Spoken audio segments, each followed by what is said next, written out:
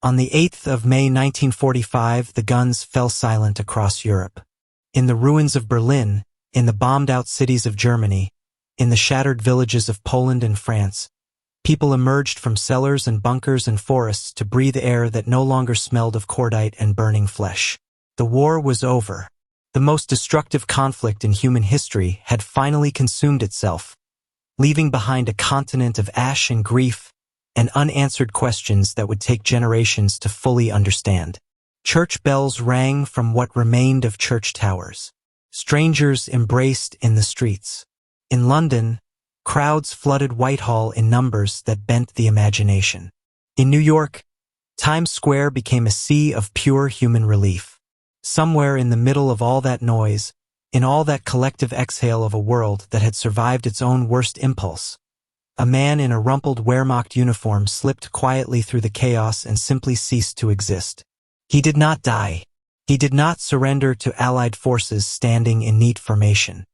He did not sit across a table from prosecutors compiling the careful legal record of atrocity that would define the Nuremberg trials. He walked away. He removed his uniform, acquired different papers, told a different story, and moved through the collapsing architecture of the Third Reich with the practiced calmness of someone who had spent years organizing the movement of large numbers of people and understood, better than almost anyone alive, that paperwork was the key to everything. His name was Adolf Eichmann, and in the spring of 1945 he was 39 years old, in excellent health, and responsible, more than almost any other single human being, for the systematic murder of approximately 6 million Jews. That number, 6 million, has a weight to it that language struggles to carry. It is not a statistic in any ordinary sense. It is the vanished population of entire civilizations, of ancient communities stretching back centuries across Poland and Hungary and Czechoslovakia and the Netherlands and Greece and France and a dozen other nations. It is the teachers and the rabbis and the doctors and the children and the grandmothers and the shopkeepers and the violinists and the students who will never exist. It is the books that were never written, the discoveries that were never made, the grandchildren who were never born. And behind all of that loss, behind the gassing chambers and the cattle cars and the selection platforms and the mass graves, there was an administrative structure, a bureaucratic machinery of death so precisely engineered that it functioned almost without friction. Adolf Eichmann built that machinery. He ran it. He made it work better. That is what made his disappearance in May of 1945 something far more serious than one more war criminal slipping through the cracks of a shattered continent. It was the erasure of the man who knew everything. He knew the names and the numbers and the methods. He knew which officials in which occupied countries had cooperated and which had resisted. He knew the routes the trains had taken, the schedules they had kept, the arguments he had made to railway authorities to prioritize deportation convoys over military supply lines. He knew because he had arranged all of it, from a desk in Berlin, with the orderly precision of a man who genuinely believed he was performing important administrative work. And now he was gone, vanished into the general catastrophe of German defeat, and no one outside a small number of Allied intelligence officers and very determined survivors had any clear idea where he had gone. For years after the war, his name would surface in trials and testimony and survivor accounts, and each time it surfaced there would be a brief effort to locate him, and each time that effort would be quietly abandoned when other priorities intervened. The Allied powers were focused on rebuilding Europe, on confronting the Soviet threat, on managing the complications of a new geopolitical order in which yesterday's defeated enemy would need to become tomorrow's anti-communist ally. Chasing aging Nazis into the former fugitive routes of South America was not, for most governments, at the top of the list. The survivors of the camps remember this very clearly. The way the world moved on, the way people stopped wanting to hear about it, the way even the most sympathetic neighbors would change the subject after a few sentences because the thing was simply too large and too terrible to sit with for long.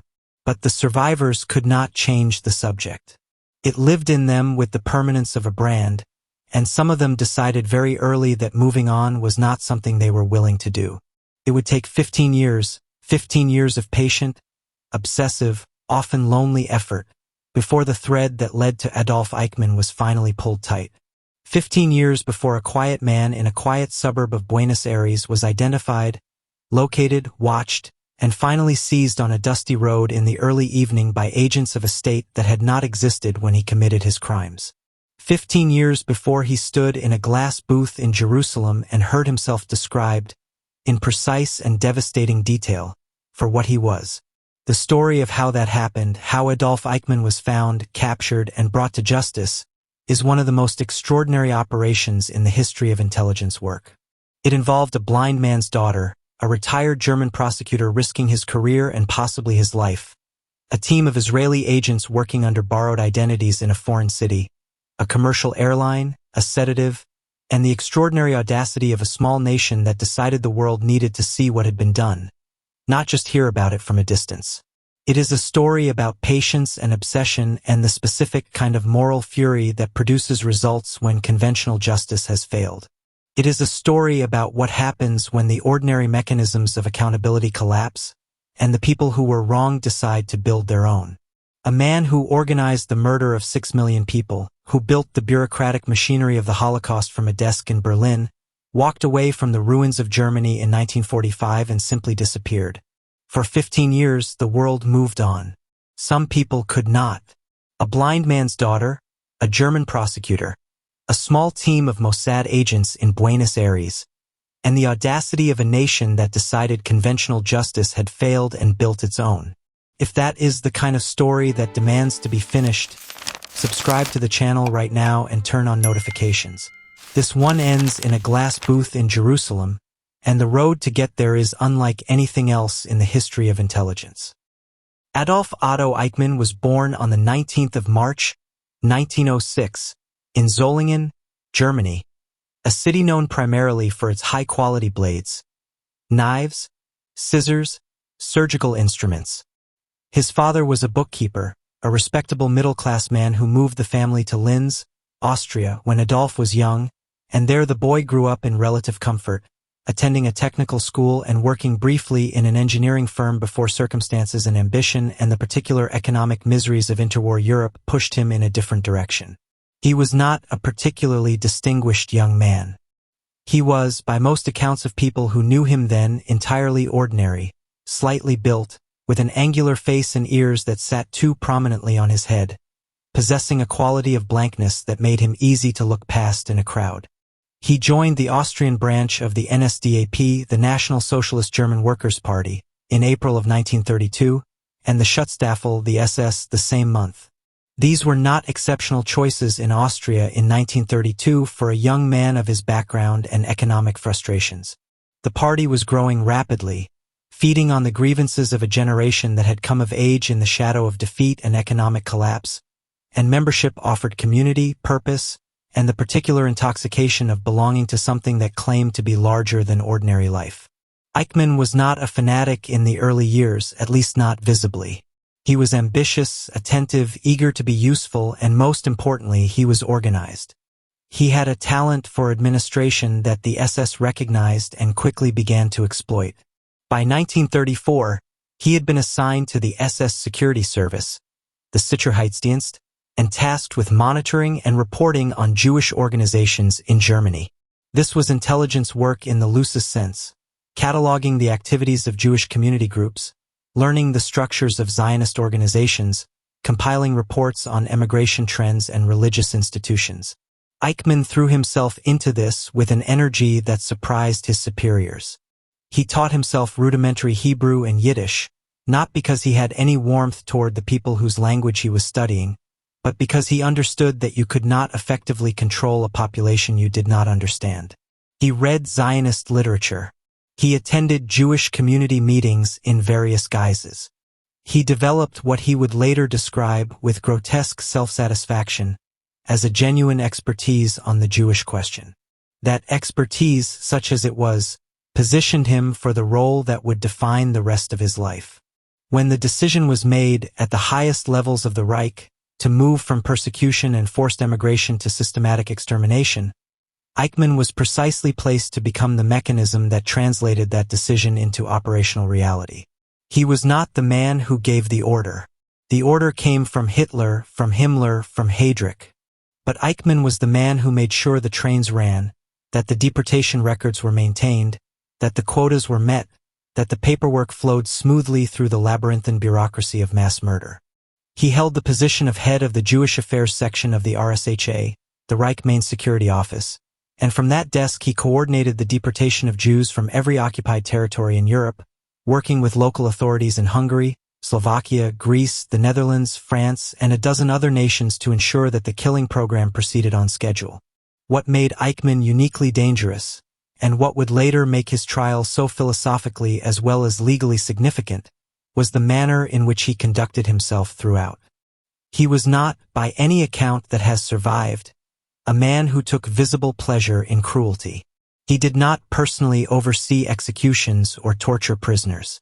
He sat at a desk. He sent memos. He attended coordination meetings. He escalated bureaucratic obstacles when lower-ranking officials created them, and he resolved logistical complications with the competent, businesslike manner of a mid-level executive managing a complex supply chain. He occasionally visited facilities, including Auschwitz, which he later acknowledged in his memoirs, and what he saw there did not stop him or slow him or appear to disturb him in any lasting way. He went back to his desk and continued his work. This is the figure who walked away from Berlin in May of 1945, still only 39 years old, in good health, with a professional competence that had made him invaluable to the most murderous regime in history, and with the practical intelligence to understand that everything about his past needed to be buried as deeply and as quickly as possible. He moved through the next several months carefully, using a series of false identities, relying on former SS connections to stay ahead of Allied search operations, and quietly assessing his options for the longer term. He was captured briefly by the Americans, held as a POW under a false name, and released without detection. He drifted through the defeated German state for several years, relying on old contacts, working under assumed names, waiting for the world's attention to drift away from war crimes investigations and toward the more pressing concerns of Cold War politics. The world's attention did drift away. The Nuremberg trials concluded in 1946, and while they did important work in establishing the legal architecture of crimes against humanity, the 12 main defendants who were tried and sentenced were only the visible tip of a very large structure. Thousands of lesser perpetrators, men who had operated the camps, staffed the deportation offices, carried out the shootings in the forests of Poland and the Ukraine, melted back into ordinary German life or escaped entirely through the networks that the survivors would call the Ratlins. Eichmann was among them, but he had not yet made his most audacious move. The next chapter of his story would not take place in Germany or Austria.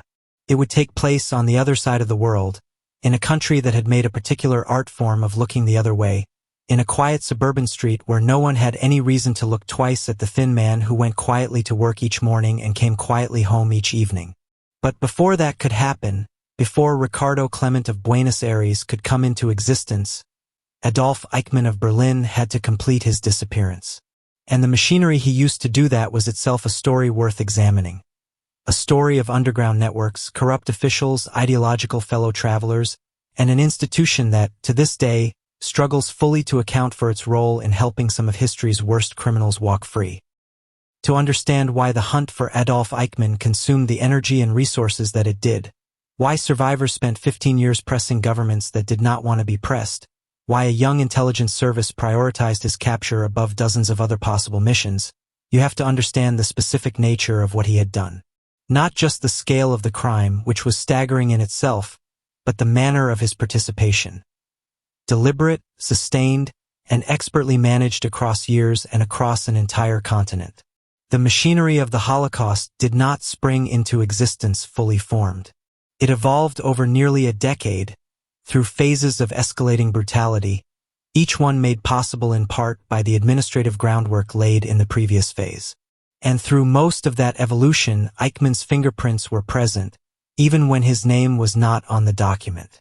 He was the kind of bureaucrat that totalitarian systems produce and depend upon, a man who channels his ambitions entirely through the system, who has no independent moral compass to constrain his obedience, and who brings to the service of that system whatever organizational gifts he possesses. In Eichmann's case, those gifts were considerable. His early work in the SS Security Service, cataloging Jewish organizations and compiling intelligence on emigration movements, gave him a thorough grounding in the structure of Jewish community life in Germany and Austria. When the Reich began its push to force Jews out of German-controlled territory through a combination of legal discrimination, economic persecution, and organized terror, Eichmann was positioned to help manage the emigration process. In Vienna, following the Anschluss of 1938, he established what became known as the Central Office for Jewish Emigration, a mechanism for stripping Jews of their assets while simultaneously forcing them to emigrate, creating a processing system that was at least functionally efficient, however monstrous its purpose. Jews would enter the Vienna office, move through a series of stations, surrender their assets and property, and emerge with emigration papers. Eichmann was proud of this system. He described it himself in later recollections as one of his organizational achievements, an assembly line for forced displacement. But displacement gave way to something far worse. As the Reich expanded eastward in 1939 and 1940, incorporating Poland and its enormous Jewish population, millions of people, the question of what to do with those populations could no longer be answered by emigration. There was nowhere for them to go in sufficient numbers. The world's doors were largely closed. The United States had its immigration quotas. Britain restricted entry to Palestine under pressure from Arab states.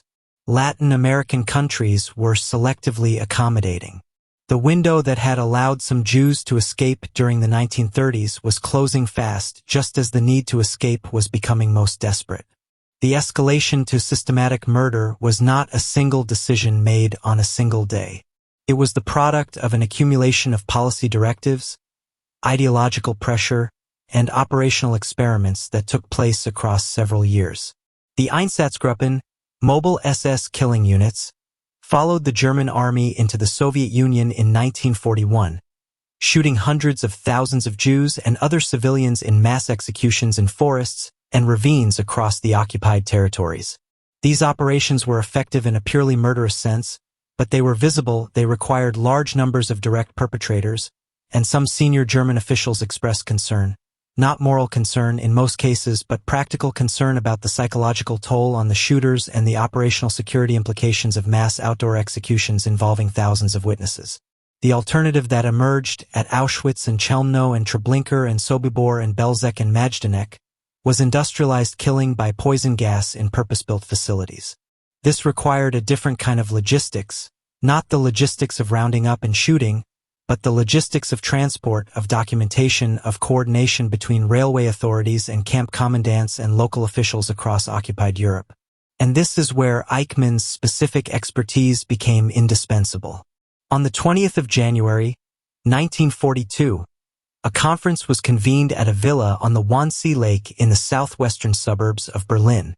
The meeting was chaired by Reinhard Heydrich, chief of the RSHA, Eichmann's direct superior and one of the most dangerous men in the Third Reich. The attendees included senior officials from multiple ministries. The purpose was not to decide whether to carry out a systematic extermination, that decision had already been made at higher levels, but to coordinate the participation of various government agencies in what was euphemistically described as the final solution to the Jewish question. Eichmann served as secretary at the conference, organized the logistics, and prepared the protocol of the meeting, a document that would survive the war and become one of the most damning pieces of evidence in the entire history of the regime. The Wannsee Protocol, as it became known, outlined the planned fate of 11 million Jews across Europe in the dry administrative language of a business planning meeting.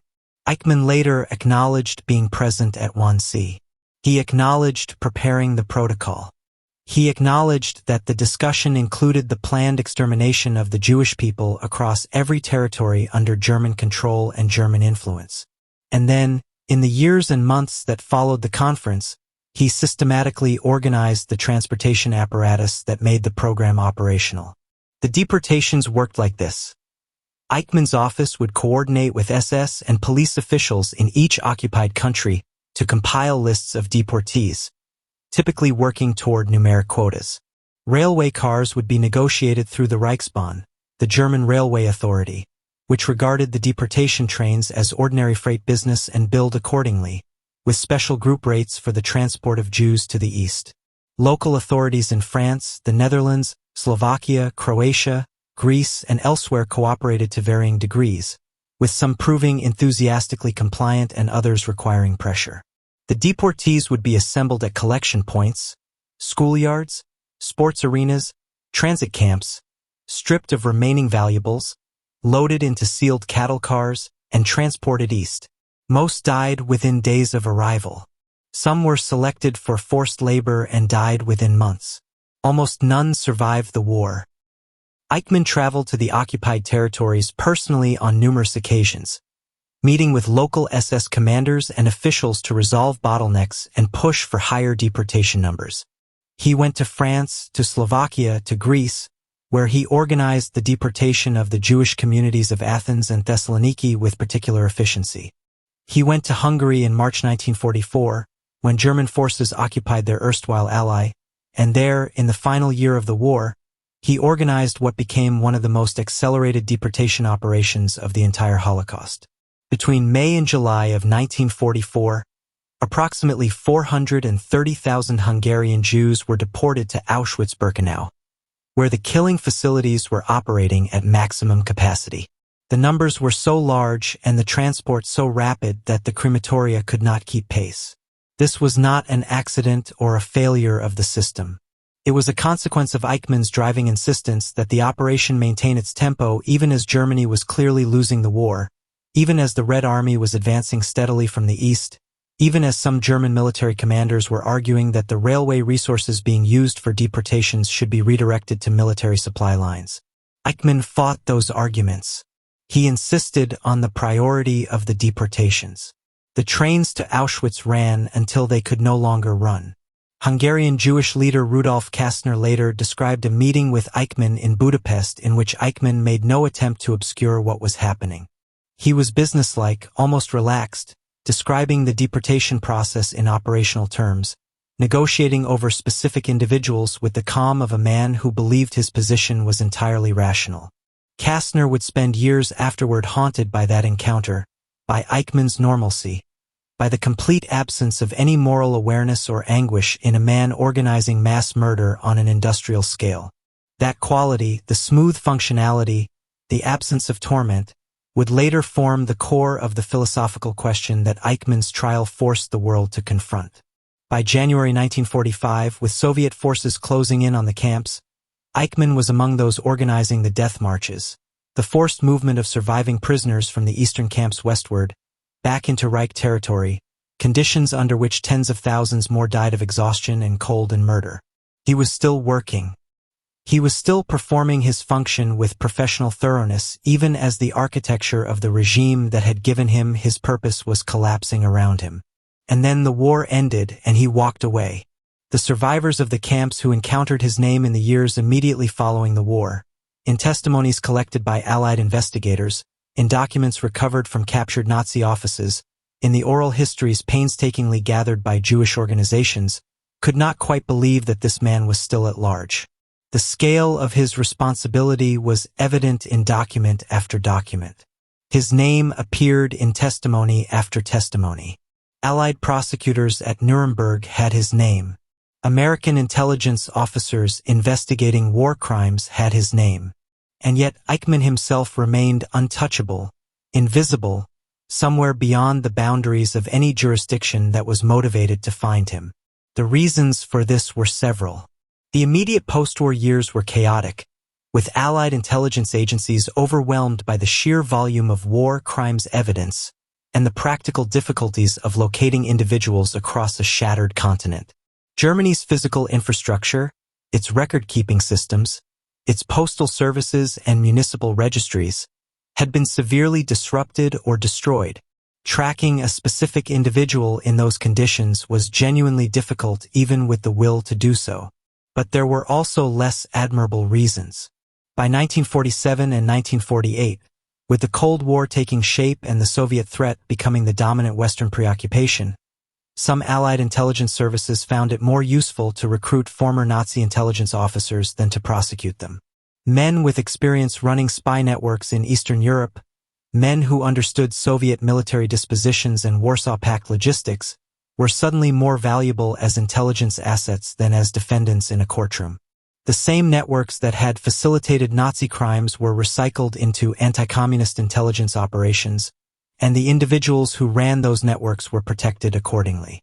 This environment created space, legal, practical, and moral, for men like Eichmann to be quietly forgotten. The survivors did not have the luxury of forgetting.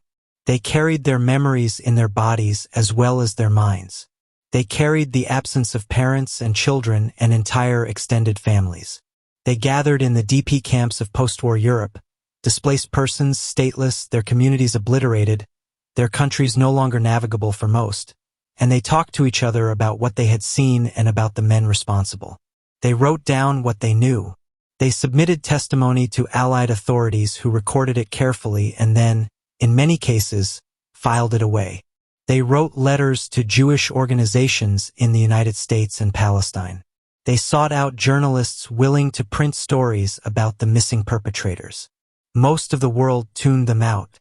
In this environment, in this dispiriting landscape of institutional indifference and bureaucratic delay, the responsibility for keeping the question alive fell to a small number of individuals who refused to accept that the mass murder of 6 million people could simply be absorbed into history without consequence. The most famous of those individuals was a slightly built Austrian Jew who had survived the camps by a combination of luck, determination, and a stubborn refusal to accept the comfortable lie that the living owed nothing to the dead. His name was Simon Wiesenthal, and he was about to spend decades of his life in the relentless, often thankless, often derided work of keeping men like Eichmann from dying peacefully in their beds. In the spring of 1945, as Allied forces closed the vice on Nazi Germany from east and west and the whole terrible structure of the Reich began its final, thunderous collapse, the mechanisms that had sustained the regime for 12 years started breaking apart at different speeds. The military collapsed quickly and visibly, with Wehrmacht units surrendering en masse and generals signing capitulation documents in schoolhouses and railway carriages. The ideological structure dissolved more slowly, its adherents in some cases genuinely disoriented by the loss of a belief system that had ordered their entire adult lives, in other cases pragmatically recalibrating with the speed of people who had always been more opportunist than true believer. But a third structure, quieter, better organized, and motivated by the very specific need to avoid accountability, moved with surprising efficiency in those chaotic final weeks. It was the network of exits, and it had been in preparation for longer than most people realized.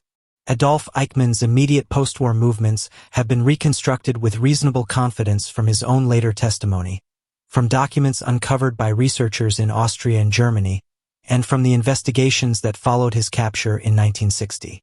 He spent several months in 1945 and 1946 moving through the collapsing German state under a false name, relying on former SS colleagues for shelter and practical assistance. He was, as mentioned, briefly detained by the Americans at a prisoner of war camp, where he gave his name as Otto Eichmann and was processed as a low-level SS private. The Americans, overwhelmed by hundreds of thousands of prisoners and working without a photograph of Eichmann to compare against, had no way to identify him. He was released and drifted south into the American occupation zone in Bavaria.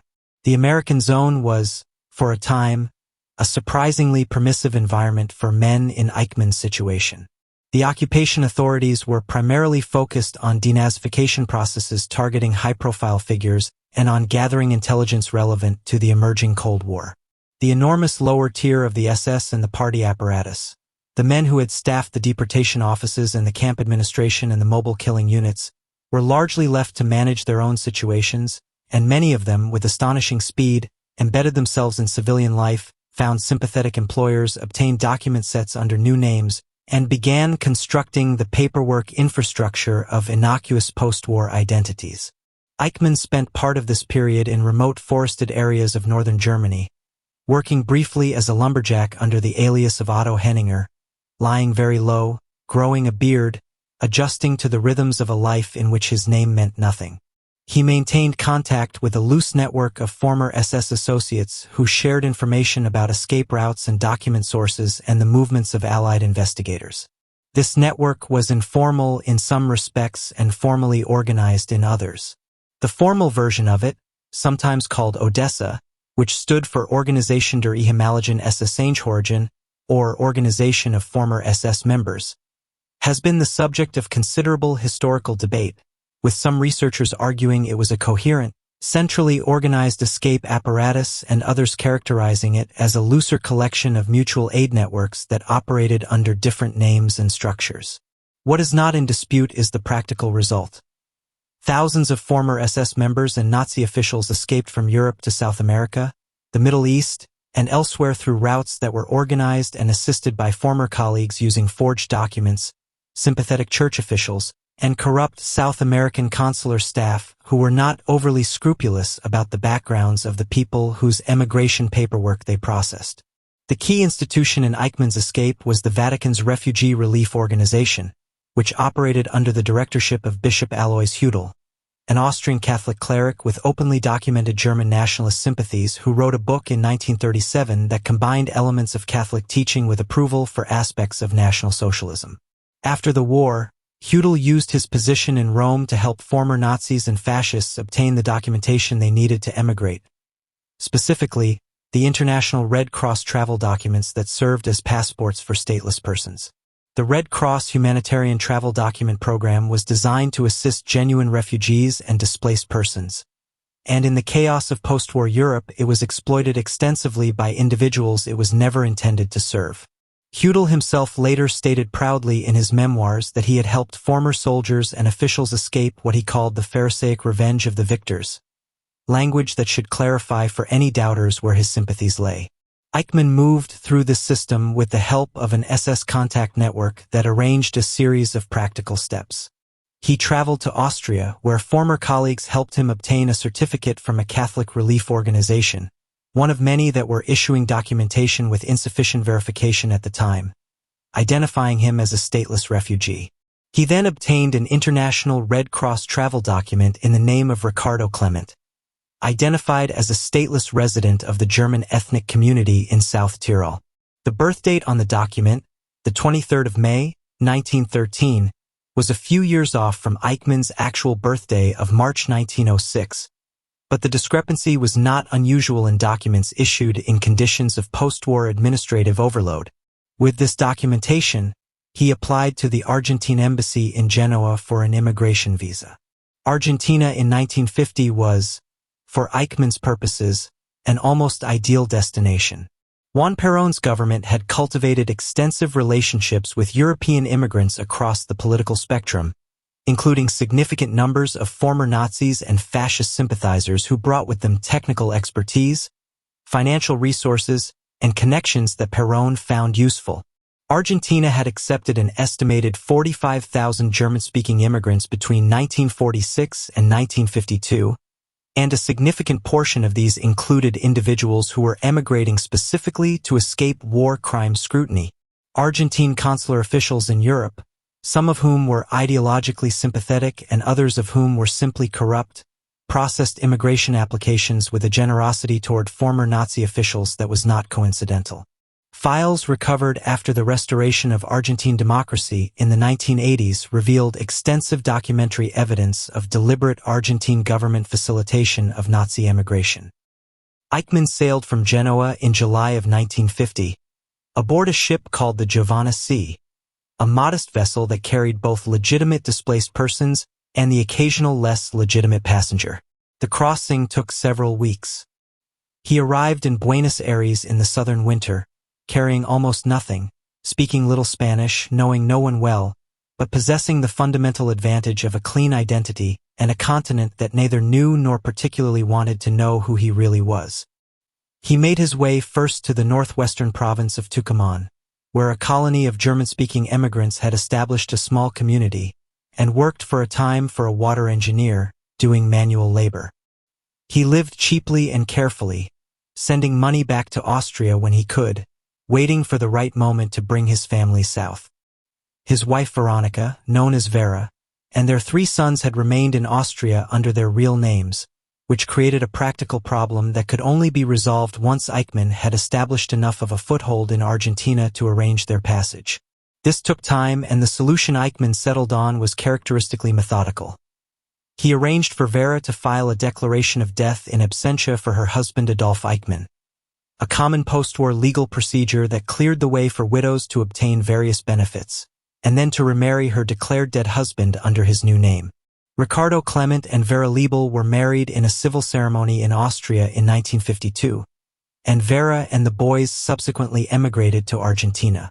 The cover was built in layers, each one reinforcing the others, and the whole structure rested on the willingness of European bureaucracies overwhelmed by post-war displacement cases to process paperwork without excessive scrutiny. The family settled eventually in Buenos Aires.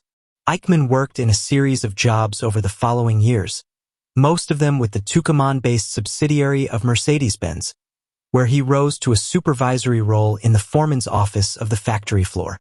He worked alongside other German-speaking immigrants, some of whom may have known or suspected who he was and some of whom likely did not.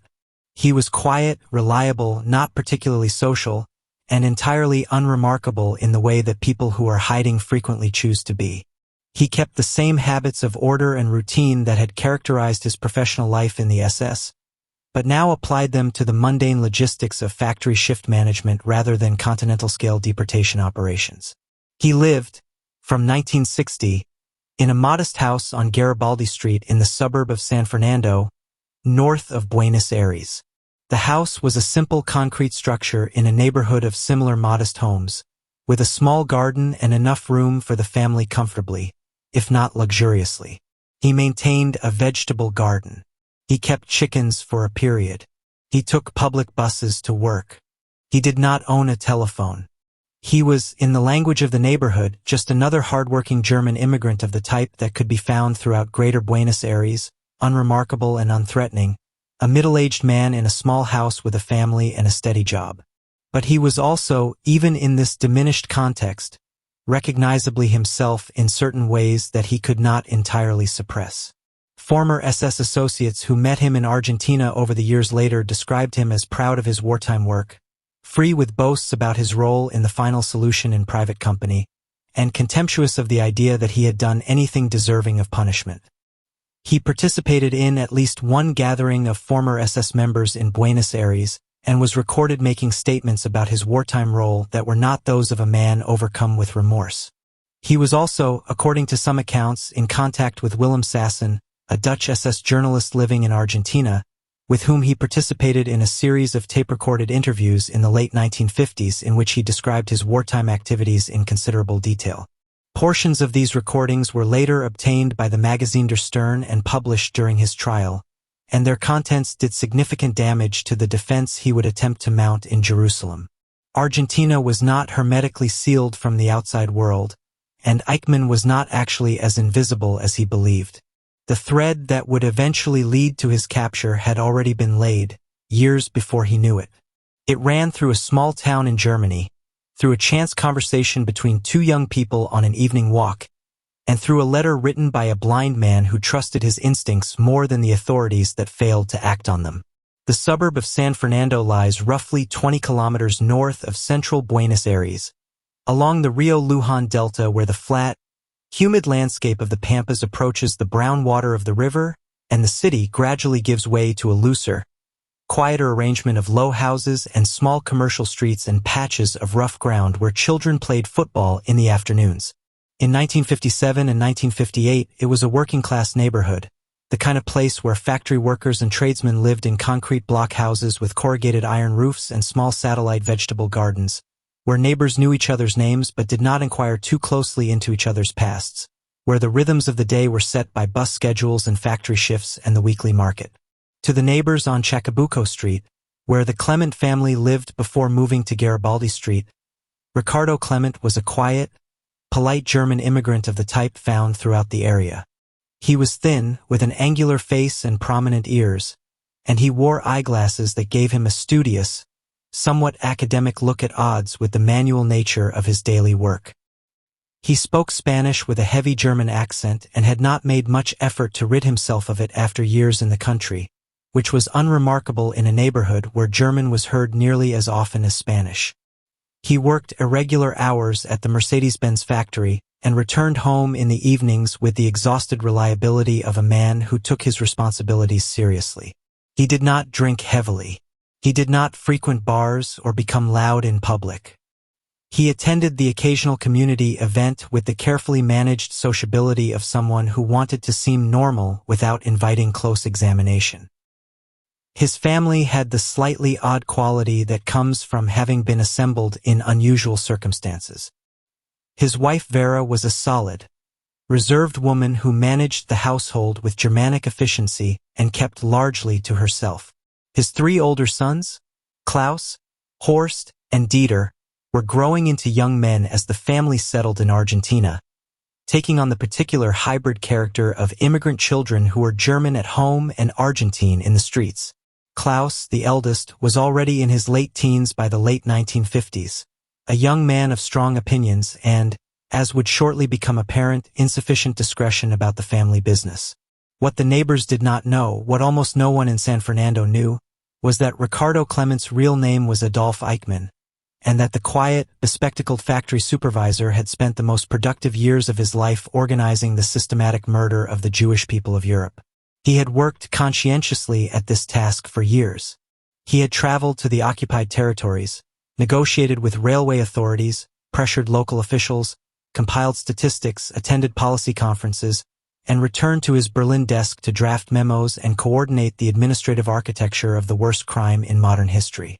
Now he grew vegetables in a small garden in suburban Buenos Aires and took the bus to work, and the world had largely decided to let him do exactly that. The life he led in Argentina was, by any ordinary measure, modest. Despite his access to the Ratlan networks and the sympathies of the Argentine authorities that had expedited his immigration, Eichmann did not arrive wealthy and did not become wealthy. He had managed to bring no significant assets out of Germany. Whatever the SS had paid him during the war was long spent or confiscated. He lived on a factory worker's salary and managed that salary carefully. The family's various addresses in and around Buenos Aires over the decade were modest dwellings, and the house on Garibaldi Street in San Fernando, which they moved into in 1959, was a small, unfinished concrete structure situated on a dirt road, the kind of house that in those years had no piped water or consistent electricity supply. Eichmann commuted on public transportation. He maintained the vegetable garden not out of pastoral sentiment but out of practical economy. There was, in this life, a quality of strategic modesty, a deliberate refusal to call attention to himself through material display or social ambition, that reflected the same professional instincts that had served him in the SS. He understood that visibility was the enemy of safety. He had made himself a gray man, and in a neighborhood of gray men, he was entirely unremarkable. He was also, even in this diminished context, not entirely anonymous. He was known in the community of former German immigrants, some with similar histories, some without, as a quiet and reliable figure. He maintained a few acquaintances from the German-speaking community and attended the occasional gathering. He was known, among a specific subset of these associates, as someone with a significant wartime background, and was treated with a deference by some of them that suggested they knew more about that background than casual acquaintance would explain.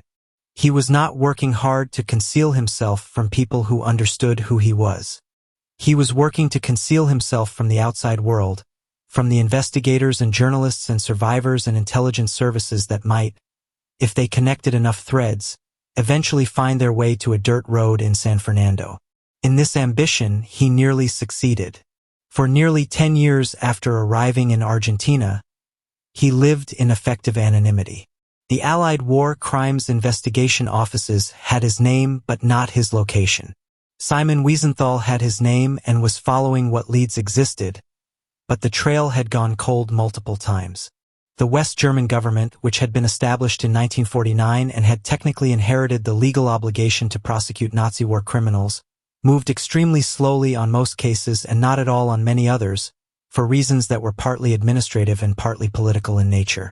The Cold War had created a situation in which former Nazis at various levels of the government bureaucracy and the intelligence services were simultaneously tolerated, protected, and occasionally relied upon, and aggressive prosecution of war criminals created uncomfortable investigative vibrations that some officials preferred to avoid. The man who came closest to finding Eichmann in the early years was Fritz Bauer, a German Jewish jurist who had himself been imprisoned by the Nazis and had spent part of the war in exile.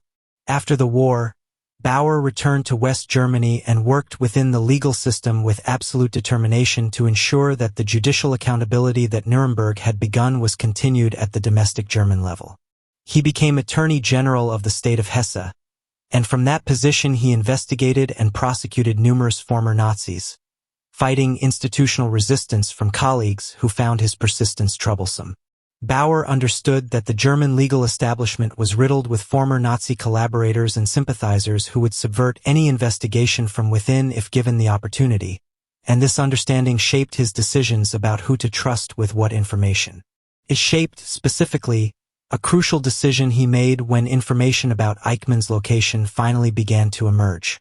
That information arrived in the late 1950s through a chain of connections whose improbability has always given the story a quality that seems almost novelistic, too neatly constructed to be real, except that it is documented in considerable detail from multiple sources. In 1957, a man named Lothar Hermann wrote a letter to Fritz Bauer's office in Frankfurt. Hermann was a German Jewish survivor living in Coronel Suarez, a small town in the Buenos Aires province. He was in his late 50s, partially blind, and he had spent the post-war years in modest obscurity in Argentina, having emigrated years earlier after surviving the Dachau concentration camp. What had brought him to write this letter was something that had happened in the ordinary course of his family life, something so small and so ordinary that it might easily have passed without notice. His daughter Silvia, a young woman in her late teens, had been introduced to a young man named Klaus Klement, who had recently arrived in the Buenos Aires area. Klaus was the son of the German immigrant Ricardo Klement of San Fernando, and in the way of young people in any time and place, he and Silvia had formed a friendship that his father eventually found concerning. Klaus Klement, according to various accounts, had made no secret of his pride in his family's wartime history. He spoke of his father's service with an admiration that struck Silvia as particularly intense. He mentioned names and described events with a specificity that went beyond ordinary family pride in military service. He spoke, in particular, of a senior SS official whose name had been in the newspapers in connection with post-war investigations. Lothar Hermann had not been able to see his daughter's new acquaintance clearly, but he heard enough in the conversation Silvia described to develop a strong suspicion. He researched through what limited means were available to a partially blind man in a small Argentine town, and what he found was consistent enough with what Klaus had described that Hermann felt compelled to act. He wrote to Bauer's office in Frankfurt, identifying himself as a survivor and describing his suspicion that Adolf Eichmann was living in Argentina under the name Ricardo Klement, with an address, initially imprecise but later narrowed, in the Buenos Aires area. Bauer received Hermann's letter and took it seriously from the start. He also recognized immediately, given his experience with the German legal establishment, that he could not trust the German investigative machinery to handle this information discreetly. If the letter went into the normal West German judicial channels, there was a meaningful risk that someone with connections to Eichmann's old network, and such people were not absent from the German bureaucracy of the late 1950s, would leak the information either to warn Eichmann directly or to sabotage the investigation through bureaucratic inaction. Bauer made a decision that required considerable professional courage. He bypassed German channels entirely and went directly to Israeli intelligence. The contact was made through legal channels, with Bauer traveling to Israel and meeting with representatives of the Israeli Attorney General's office in 1957. He described what he knew and provided the Hermann letter. He was explicit about his reasoning. He trusted Israel to act on this information where he did not trust his own government to do so. It was a remarkable statement for a senior German judicial official to make, and it was an accurate one. The Israelis received the information with the seriousness it deserved and began the process of determining whether the tip was genuine. That process took time, and it required someone to go to Buenos Aires and look. Simon Wiesenthal had built his own particular machinery out of stubbornness and grief. He had been born in 1908 in a small Galician town that was, at various points in the turbulent first half of the 20th century, part of the Austro-Hungarian Empire, briefly independent, occupied by the Soviets, occupied by the Nazis, occupied by the Soviets again, and finally absorbed into the Ukrainian Soviet Socialist Republic. He had trained as an architect before the war, married, begun a professional life of the kind that ordinary people build in ordinary times, and then the ordinary times ended and everything changed. He survived 12 different concentration camps and labor sites across 5 years of imprisonment, Genoska, Plazow, Mauthausen, and others, surviving by a combination of circumstances that he was always reluctant to analyze too closely, because in those camps analysis of survival quickly became analysis of why others did not survive, which was a line of thought that never led anywhere constructive. He was liberated at Mauthausen in May 1945 at a weight of some 50 kilograms, skeletal and severely ill, and immediately set to work. Before he had fully recovered his physical health, he began collecting testimony from other survivors, documenting what they had witnessed, and submitting those documents to American investigators at the War Crimes Office in Linz.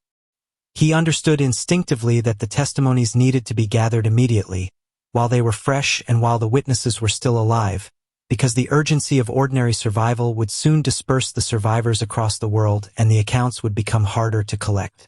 He also understood, with a clarity that the Allied governments sometimes lacked, that perpetrators needed to be identified specifically and individually, not just the high-profile figures who would be tried at Nuremberg, but the thousands of middle and lower-level operators who had made the Holocaust function.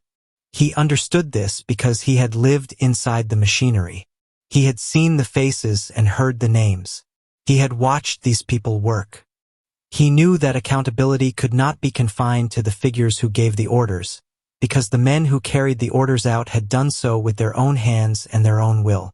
Wiesenthal established his Jewish Historical Documentation Center in Linz in 1947, with a staff of initially around 30 volunteers, most of them survivors themselves, gathering testimonies and building files on known perpetrators.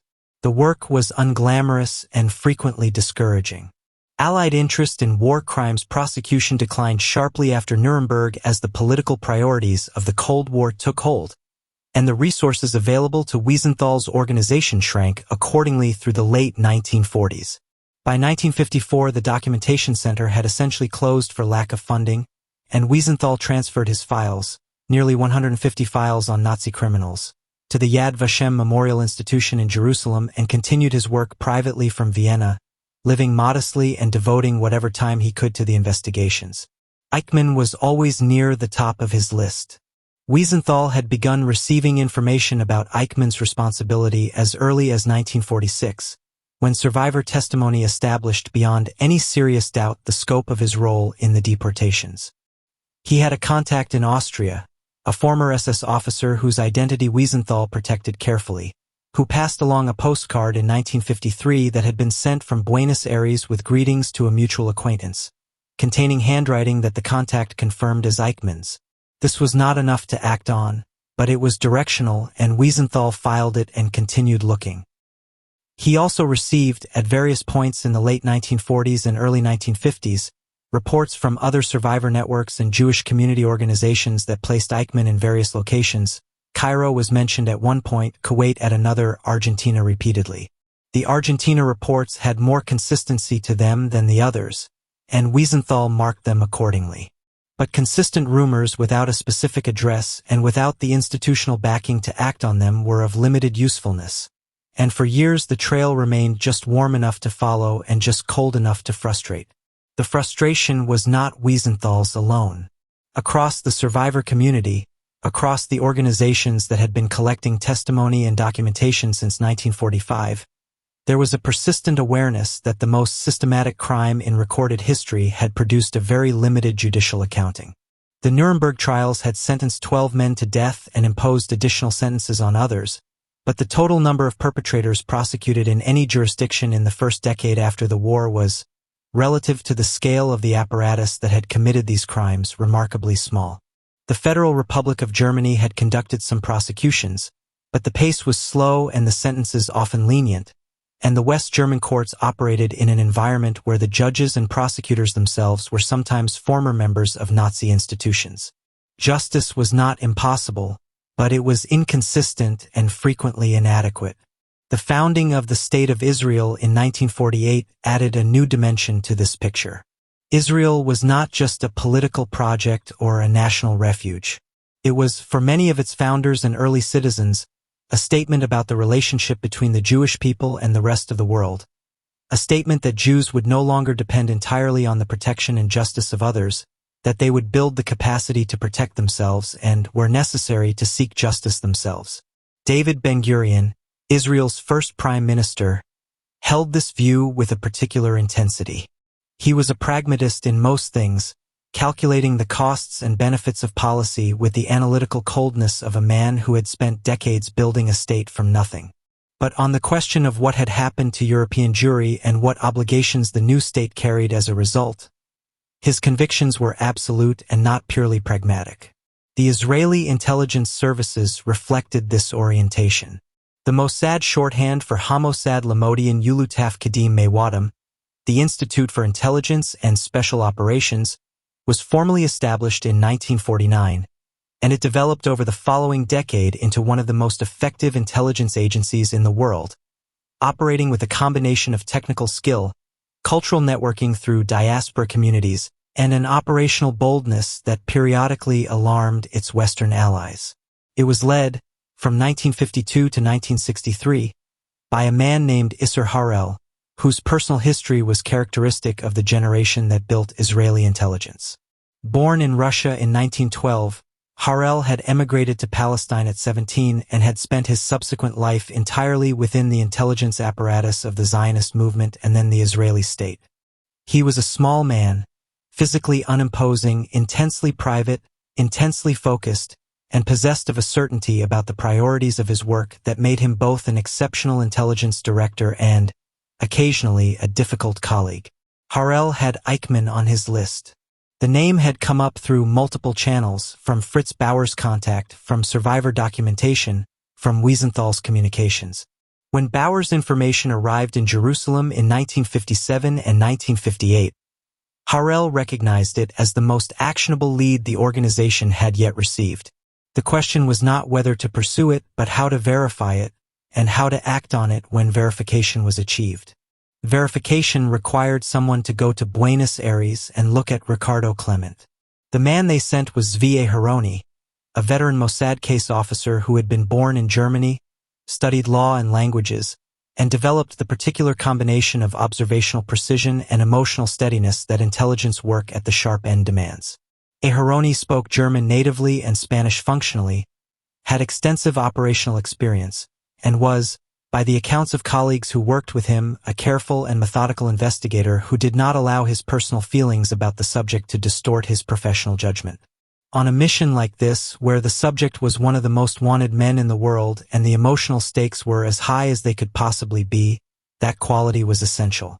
Wiesenthal's role in the story at this point becomes slightly complicated to disentangle, because over the years following Eichmann's capture, there were competing accounts of who deserved primary credit for the breakthrough that led to the operation. Wiesenthal maintained that his ongoing pressure on Jewish and European organizations and his correspondence with potential contacts in South America had kept the trail alive and contributed materially to the identification of Eichmann's location. The Mossad, and Harel in particular, maintained that the decisive breakthrough came from Bauer's contact and the Hermann letter, and that Wiesenthal's contribution, while genuine, was secondary. This dispute simmered quietly for years and occasionally broke into public statements that were not entirely generous in either direction. What is clear, setting aside the question of credit, is that the convergence of several independent efforts, Bauer's courage in bypassing German channels, the Hermann family's chance connection to the Klement household, Wiesenthal's persistent maintenance of the documentary record, all contributed to creating the conditions in which Hermann's mission became possible. There was also a second element of the survivor contribution that deserves acknowledgement: the ongoing work of survivor organizations in collecting and publishing testimony that kept public and political pressure on governments that might otherwise have consigned the war crimes question permanently to the archive.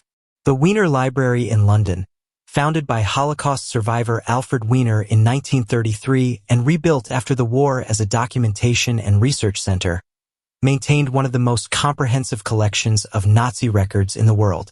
Yad Vashem in Jerusalem, established by Israeli law in 1953 as the official memorial authority for Holocaust victims, was engaged in the systematic collection of names and testimonies on a scale that no individual or small organization could match. These institutions, taken together, represented the collective insistence of the survivor generation that forgetting was not an option and that those who had committed these crimes should not be permitted to live out their natural lives in undisturbed comfort. For some survivors, that insistence went beyond documentation and institutional pressure. There were groups in the post-war years, some organized, some not, that took it upon themselves to carry out extrajudicial justice against former Nazis. The Nachum group, whose name means revenge in Hebrew, operated in the years immediately after the war, and while their most ambitious plans were never executed, some individual former Nazis were killed by survivors or their associates in the late 1940s. The question of what justice should look like, trial or punishment, public accounting or silent elimination, was genuinely contested within the survivor community and within Israeli policy circles. The answer that ultimately prevailed for Eichmann was a trial, and the reasoning behind that choice was not simply legalistic. It was strategic in the deepest sense. Ben-Gurion wanted the world to hear what had happened. He wanted the testimony of survivors to be given in a court of law, recorded and published and broadcast to the widest possible audience, at a moment when the world was still young enough in its distance from the events to retain the capacity for shock. The generation that had lived through the war was aging. The generation that would grow up with only second-hand knowledge of the Holocaust was maturing. A trial, conducted before the cameras and the international press, would force a reckoning that neither time nor political convenience could easily bury. Eichmann alive and in a Jerusalem courtroom was worth more, in this calculus, than Eichmann dead in a suburb of Buenos Aires. This was the thinking, and it shaped everything that followed. Silvia Hermann arrived in Buenos Aires in early 1958 carrying a false identity, a cover story, and the specific mandate of the Mossad's operations division. Find Ricardo Klement and determine whether he was, beyond reasonable doubt, Adolf Eichmann. He was given no assistance in Argentina and no official backing. He was, operationally, entirely on his own. If anything went wrong, if he was recognized, arrested, or if the Argentine authorities became aware of what an Israeli intelligence officer was doing on their soil, the Israeli government would have no choice but to deny all knowledge of the mission, which was a standard operational baseline but also a genuinely sobering one. The information he had been given to work from was thin. The Hermann letter had provided an address in the suburb of Olivos, which turned out to be outdated. The Klement family had moved, and a physical description that was both suggestive and inconclusive. What he had to find was a man who might or might not be Eichmann, living somewhere in the Buenos Aires metropolitan area under a name and with a daily routine that had been specifically constructed to resist identification. Herman's first task was patient reconnaissance. He established himself in Buenos Aires under his cover identity, made contact with no local sources, and began working through the information he had. He located the address in Olivos on Chacabuco Street and conducted surveillance from a distance. The house appeared to be occupied by a family of Germans, but there was no certainty that the family was still the same one the letter described, and no certainty that the man he was watching was who he needed him to be. It took time, weeks of careful observation, of developing a feel for the neighborhood's rhythms, of watching without being noticed, before Hermann obtained his first meaningful evidence. He established that the house on Chacabuco was occupied by a family of German-speaking origin, that the man of the family matched the general physical description of Eichmann adjusted for age.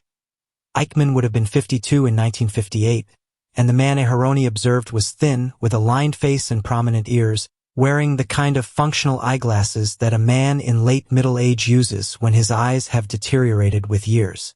The gait was studied. The posture was noted. Hermann made notes on everything, knowing that the confirmation he needed would have to be built from an accumulation of details, not from a single decisive moment. He obtained a photograph, a distant, grainy image taken from a considerable distance under difficult conditions, and sent it back to Israel. The photograph was compared with available wartime images of Eichmann by analysts who understood that they were comparing a man in his early 40s at the height of his wartime power with a man now in his early 50s living in obscurity, and that the changes would be significant. The comparison was not definitively positive, but it was not negative either.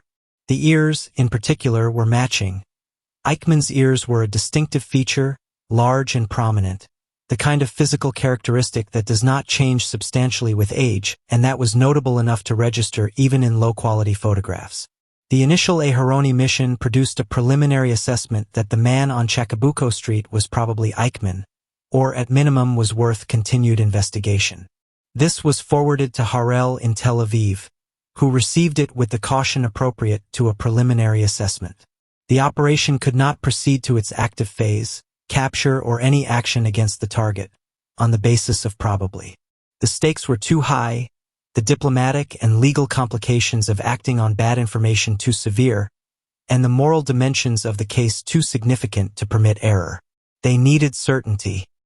Back in Germany, Fritz Bauer was growing increasingly frustrated. His letter had gone to Israel 2 years earlier, and he had received assurances that the matter was being pursued, but from his position in Frankfurt he had no visibility into what was actually happening in South America. He was also continuing to deal with the precariousness of his situation within the German legal apparatus.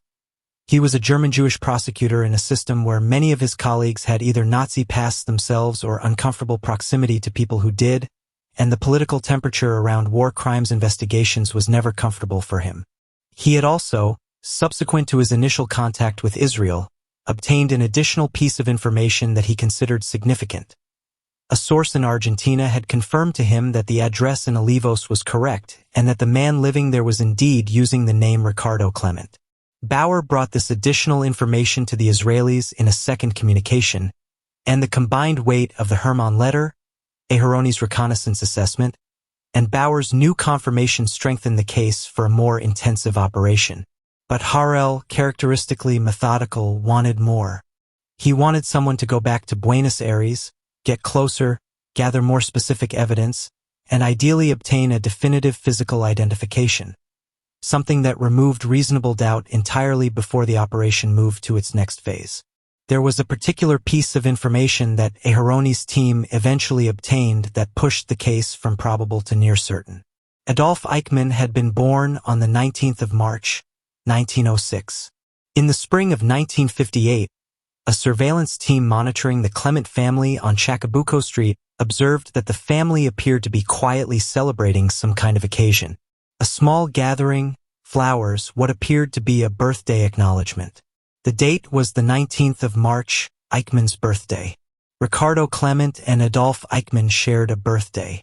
The probability that this was coincidence was negligible. There was also the matter of the address itself, which had been changing. The Klement family apparently moved from Chacabuco Street in Olivos to a different location around this period, and tracking the move required additional surveillance resources.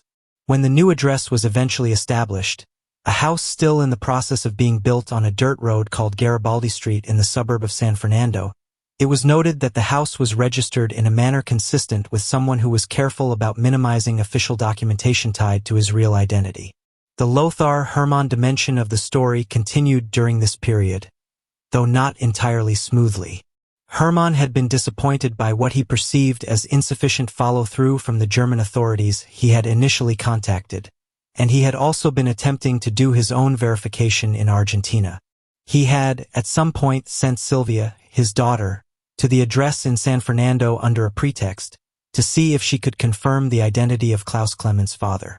Silvia called on the Klement household and spoke briefly with someone at the door. The accounts differ on whether this was Eichmann himself or another member of the household, and came away with an impression that was consistent with, though not definitively confirming of, the family being the Eichmanns.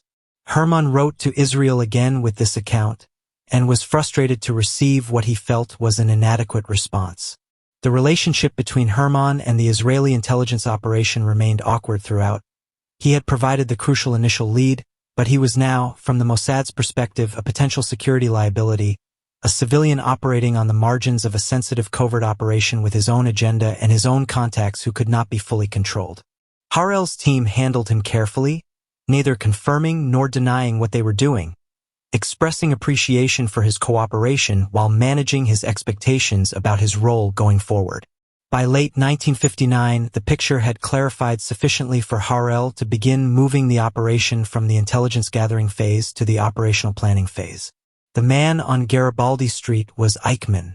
The team that Aharoni led had built a strong enough profile, the physical characteristics, the birthdate coincidence, the Hebrew and German manner of speaking that neighbors had noted, the connections to known former SS associates in the German community of Buenos Aires, and ultimately a partial license plate from a car associated with the property that could be cross-referenced to justify moving forward. The remaining question was not whether the man was Eichmann, but how to get him to Israel. The challenge was considerable on its face. Argentina was a sovereign nation with which Israel maintained diplomatic relations. Eichmann was living there under Argentine legal residency, however fraudulently obtained. He had committed no crime in Argentina except the fraud of his immigration documentation. There was no extradition treaty between Argentina and Israel for crimes of this nature. Indeed, there was nothing comparable in international law to the case that was being contemplated, because this kind of cross-border capture for crimes committed in a third country by agents of a state that had not formally declared any jurisdiction over the matter was legally unprecedented. This is why Harel, in the autumn of 1959, traveled to Jerusalem to meet with Ben-Gurion. The Prime Minister needed to authorize what was being proposed, not just in operational terms, but in terms of Israeli state policy. If the mission succeeded, Israel would have to publicly acknowledge it and accept the diplomatic consequences. If it failed, if agents were captured, if the operation became public before Eichmann was in Israeli custody, the consequences would be severe. Ben-Gurion weighed these calculations with the deliberateness of a man who understood geopolitics. And then he gave his answer: bring him to Israel, alive, and do it cleanly. The decision to capture rather than kill Eichmann was not a foregone conclusion, and the debate it produced within the small circle of people who knew about the operation reveals something important about the competing imperatives that shaped Israel's approach to the legacies of the Holocaust. There were people who argued, and argued seriously, that a public trial carried risks that a quiet elimination did not: the risk of turning Eichmann into a spectacle, the risk of providing him a platform, the risk of a botched legal process that might end in acquittal on some technical ground. There were others who simply felt that the man responsible for the deaths of 6 million people did not deserve the elaborate protections of due process, that justice in the philosophical sense was weightier than justice in the procedural sense. But Ben-Gurion and Harel were aligned on the question, and their reasoning was precise. The trial was not an incidental outcome of the capture. The trial was the point. A proceeding in an Israeli court, conducted with full legal rigor, would do something that no quiet execution could do. It would create a permanent, authoritative record. It would give survivors the formal opportunity to testify, in the most significant possible setting, about what they had witnessed. It would demonstrate to the world, and particularly to a generation in Germany and Austria that was beginning to distance itself from the events of 20 years earlier, that what had happened could not be administratively dissolved by the passage of time. And it would establish, in legal terms that carried international authority, the principle that crimes of this nature could not be sheltered by geography or by the convenience of power. These were not abstract considerations. They were the product of 15 years of watching war crimes cases be slowly buried, watching perpetrators live in comfort, watching governments quietly decide that the past was past. Ben-Gurion was making a statement, and he understood that the statement required Eichmann to be present and alive in Jerusalem, not buried in a suburb of Buenos Aires. With the authorization in place, Harel began the serious work of planning the operation, which would be given the code name Finale. The team he assembled was small, because size meant exposure, and every additional person in Buenos Aires was an additional risk. He chose men, and at least one woman, who combined operational experience with personal qualities suited to the specific nature of the mission. Several of them were Holocaust survivors or the children of survivors. For these individuals, the operation carried an emotional weight that was profound and that Harel acknowledged directly in his briefings, making clear that the personal stakes were understood and that they were also, in this context, a source of motivational strength rather than vulnerability. The operational leader on the ground in Buenos Aires would be a man known in Mossad circles as Peter Malkin, whose real name was Zvi Malchin.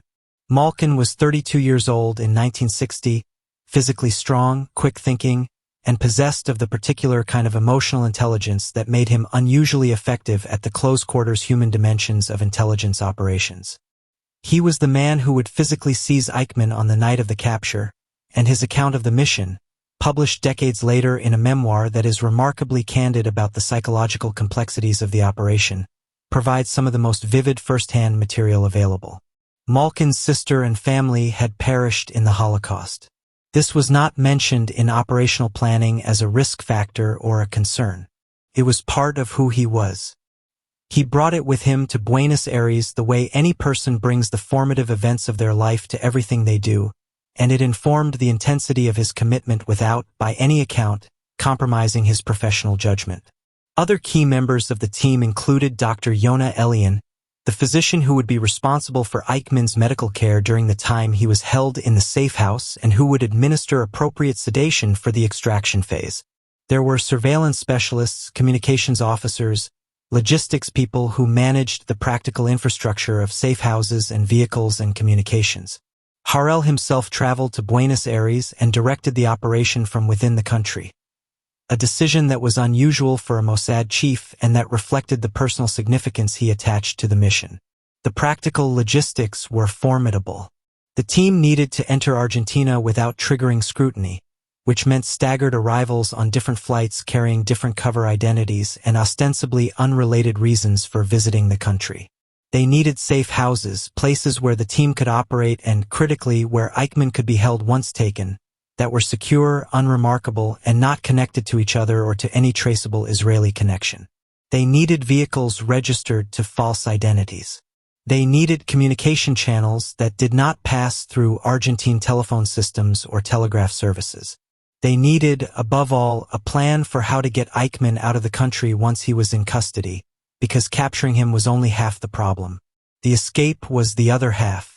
The extraction plan depended on a remarkable coincidence of timing that Israel had quietly been working to exploit. In May 1960, Argentina was preparing to celebrate the 150th anniversary of its declaration of independence from Spain, a major national celebration to which the Argentine government had invited delegations and representatives from around the world.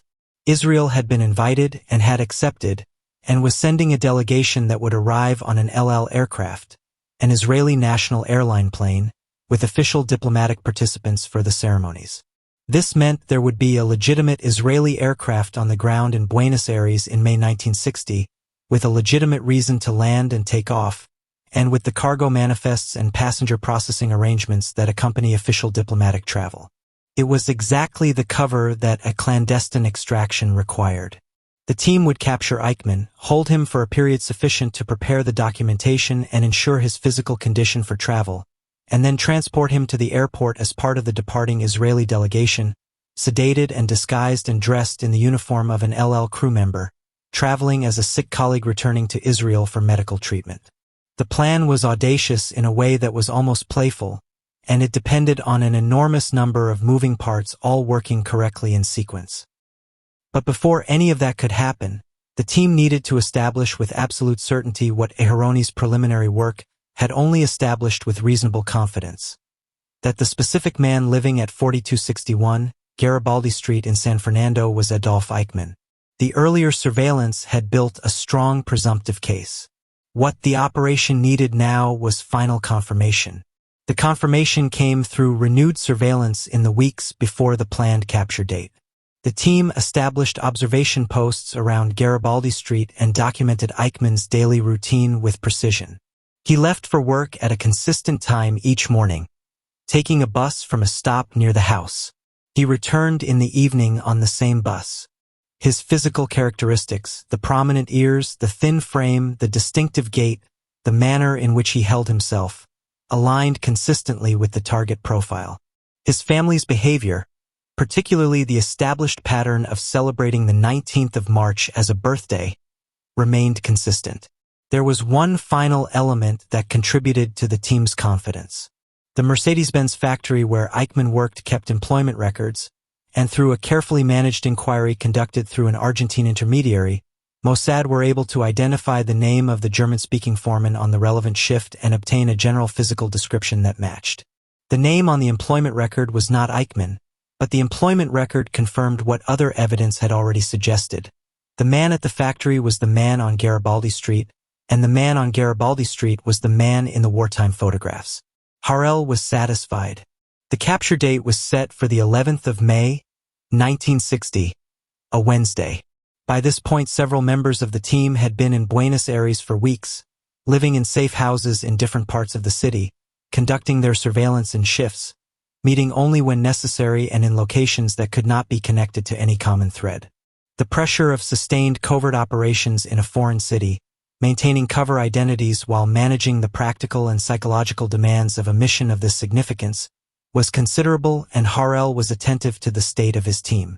He knew that the men and women he had brought to Buenos Aires were not just executing a mission. They were doing something they believed, with the full weight of their personal histories, was necessary in a way that transcended ordinary professional obligation. The operational briefings took place in different safe houses on different days in the week leading up to the capture. Each member of the team knew only their own specific role and the minimum necessary information about the roles of others. This was standard compartmentalization practice. If any individual were compromised, they could not reveal what they did not know. Malkin knew his role intimately.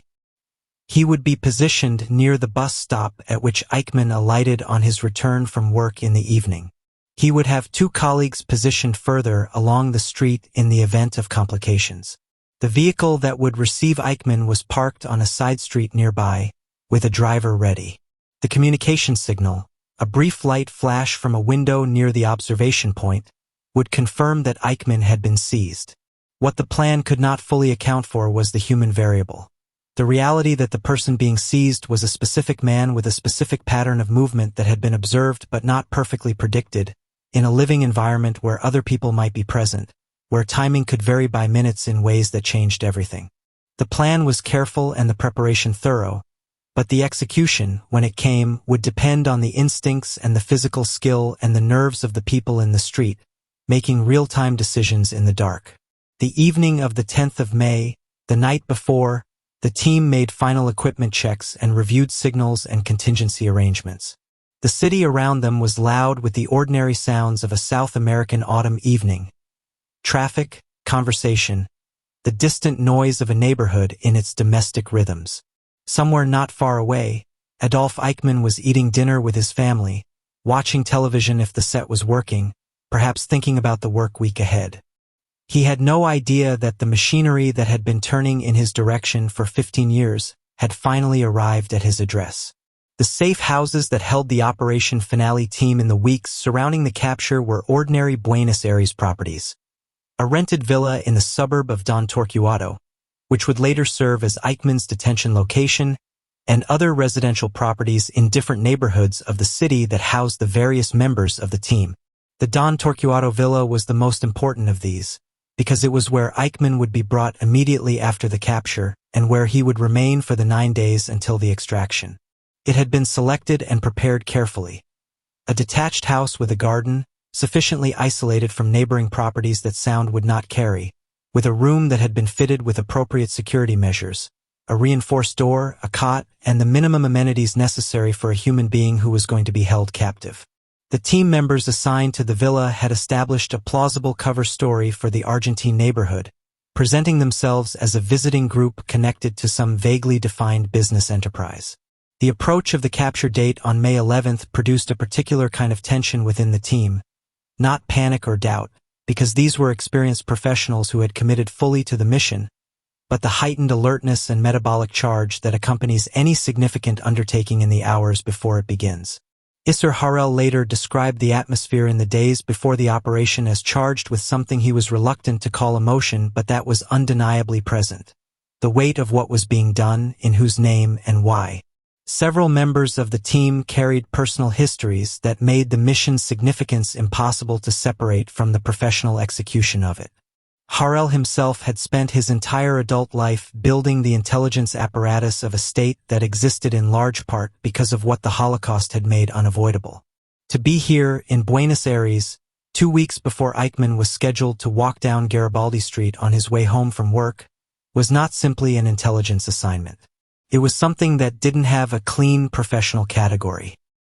The surveillance routine in the final days before the capture was rigorous. The team had established observation of Eichmann's bus stop by this point and had confirmed his schedule with the precision that only weeks of patient watching can produce. He took bus 203 from the city after work and alighted at a stop on Route 197, from which he walked the remaining distance to the house on Garibaldi Street. The time of his arrival at the bus stop varied slightly depending on the day's factory schedule, but it fell consistently within a window of approximately 30 minutes in the early evening, and the team had established the beginning and end of that window through careful observation. What they could not control was the variable of other people. Garibaldi Street was not a busy thoroughfare, but it was inhabited, and on any given evening there might be neighbors in their gardens, children on the unpaved road, someone walking a dog or returning from a market. The capture needed to happen quickly. Eichmann had to be off the street and inside the vehicle in seconds, not minutes, and it needed to happen without visible violence that would attract the attention of anyone who happened to be looking. The plan called for Malkin to be positioned near the bus stop as Eichmann walked toward the house, to intercept him at a point on the road where visibility from neighboring properties was lowest, and to physically seize him and guide him into the waiting vehicle. 2 backup team members were positioned further along the route to provide support if needed. On the evening of May 11, 1960, Eichmann was late. The bus, according to Argentine transportation habits that the team had come to know well, ran on a schedule that was more aspirational than literal. Eichmann's usual window was expected to begin around 7:40 in the evening. The team was in position well beforehand. Malkin stood near the bus stop, maintaining the posture and visible purpose of someone who had an ordinary reason to be there.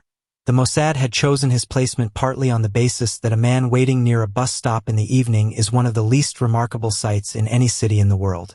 His colleagues were positioned at intervals along the route, maintaining their own covers, watching for signals. 7:40 came and went. 8 o'clock came and went. The first bus of the evening arrived without Eichmann. Then a second bus.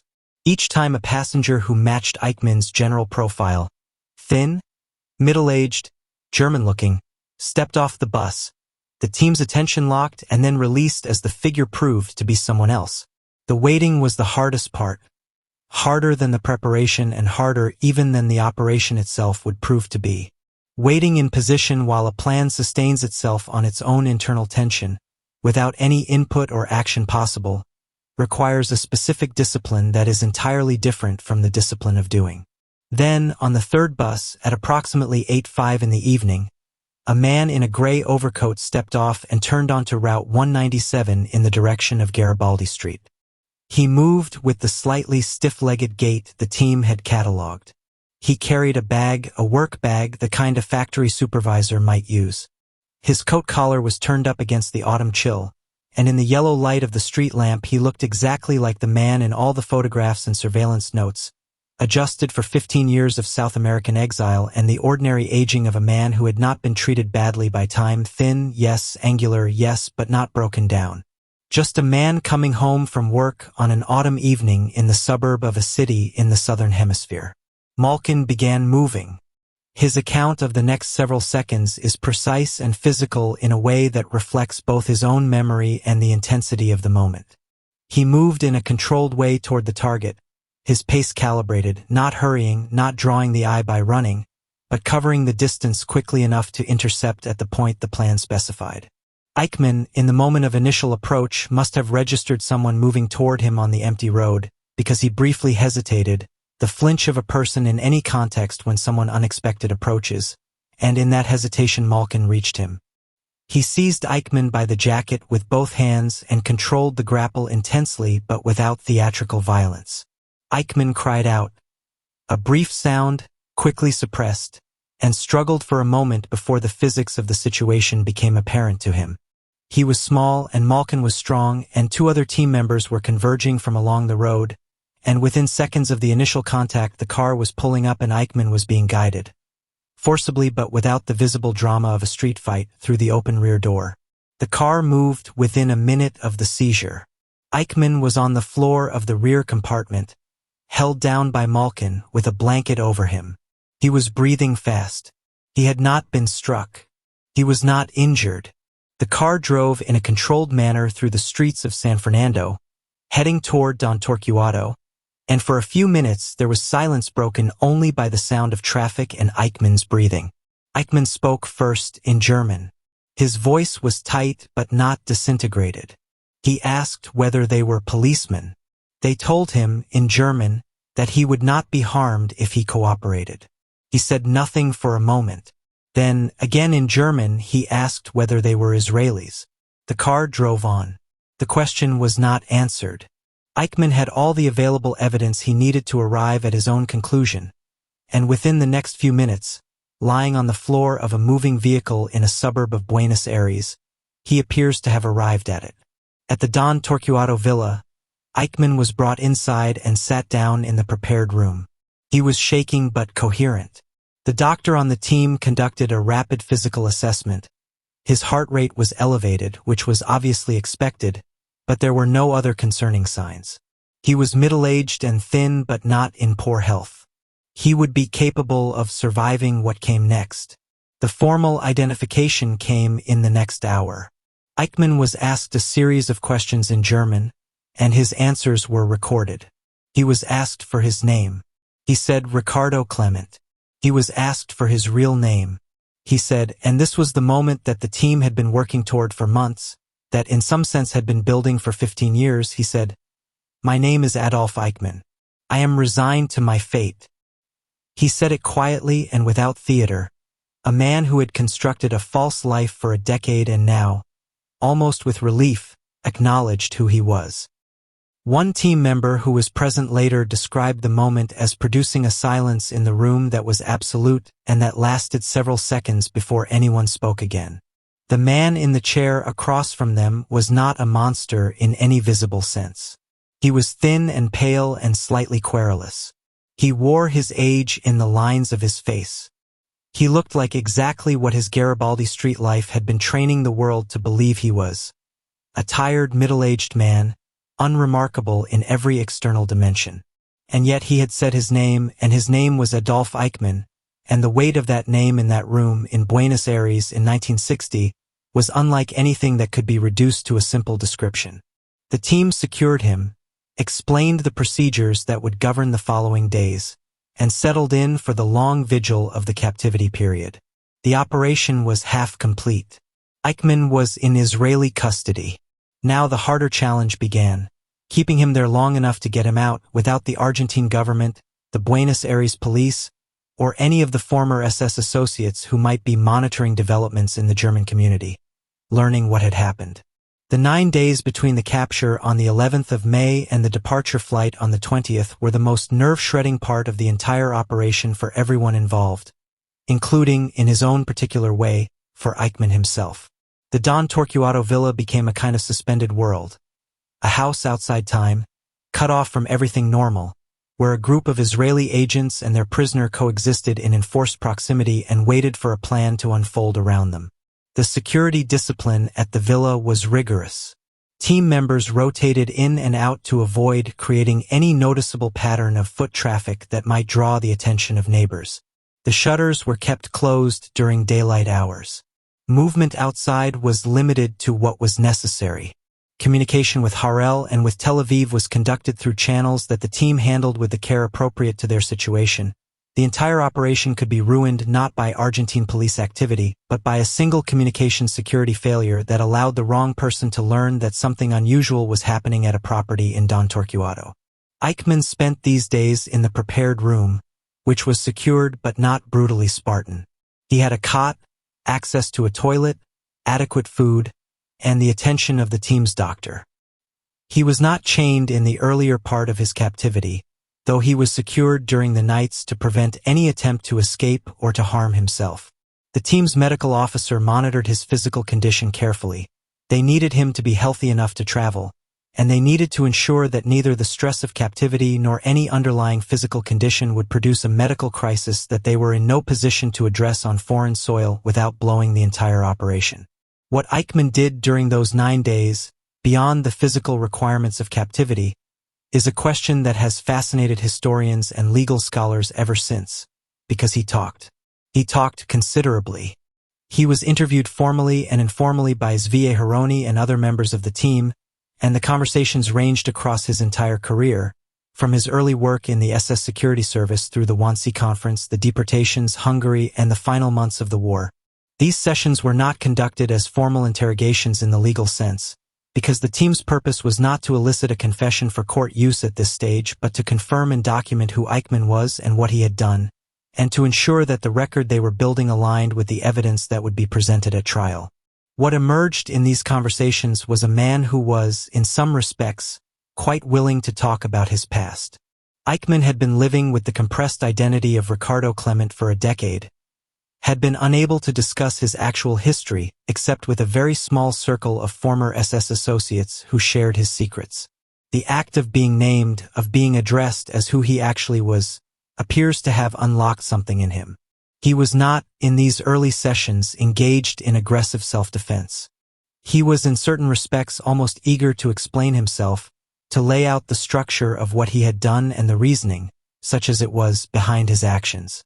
He described his career with the systematic detail of a man recounting professional achievements, referencing organizational structures, policy decisions, and operational problems with the kind of absorbed familiarity that only direct, sustained involvement produces. This manner of self-presentation would later define the most disturbing quality of his public trial. The way he talked about his work as work, the absence of any register corresponding to guilt or horror, the apparent inability to relate the actions he described to the deaths they caused. In the Don Torquato villa, Hermann observed this quality directly and found it more unsettling than theatrical cruelty would have been.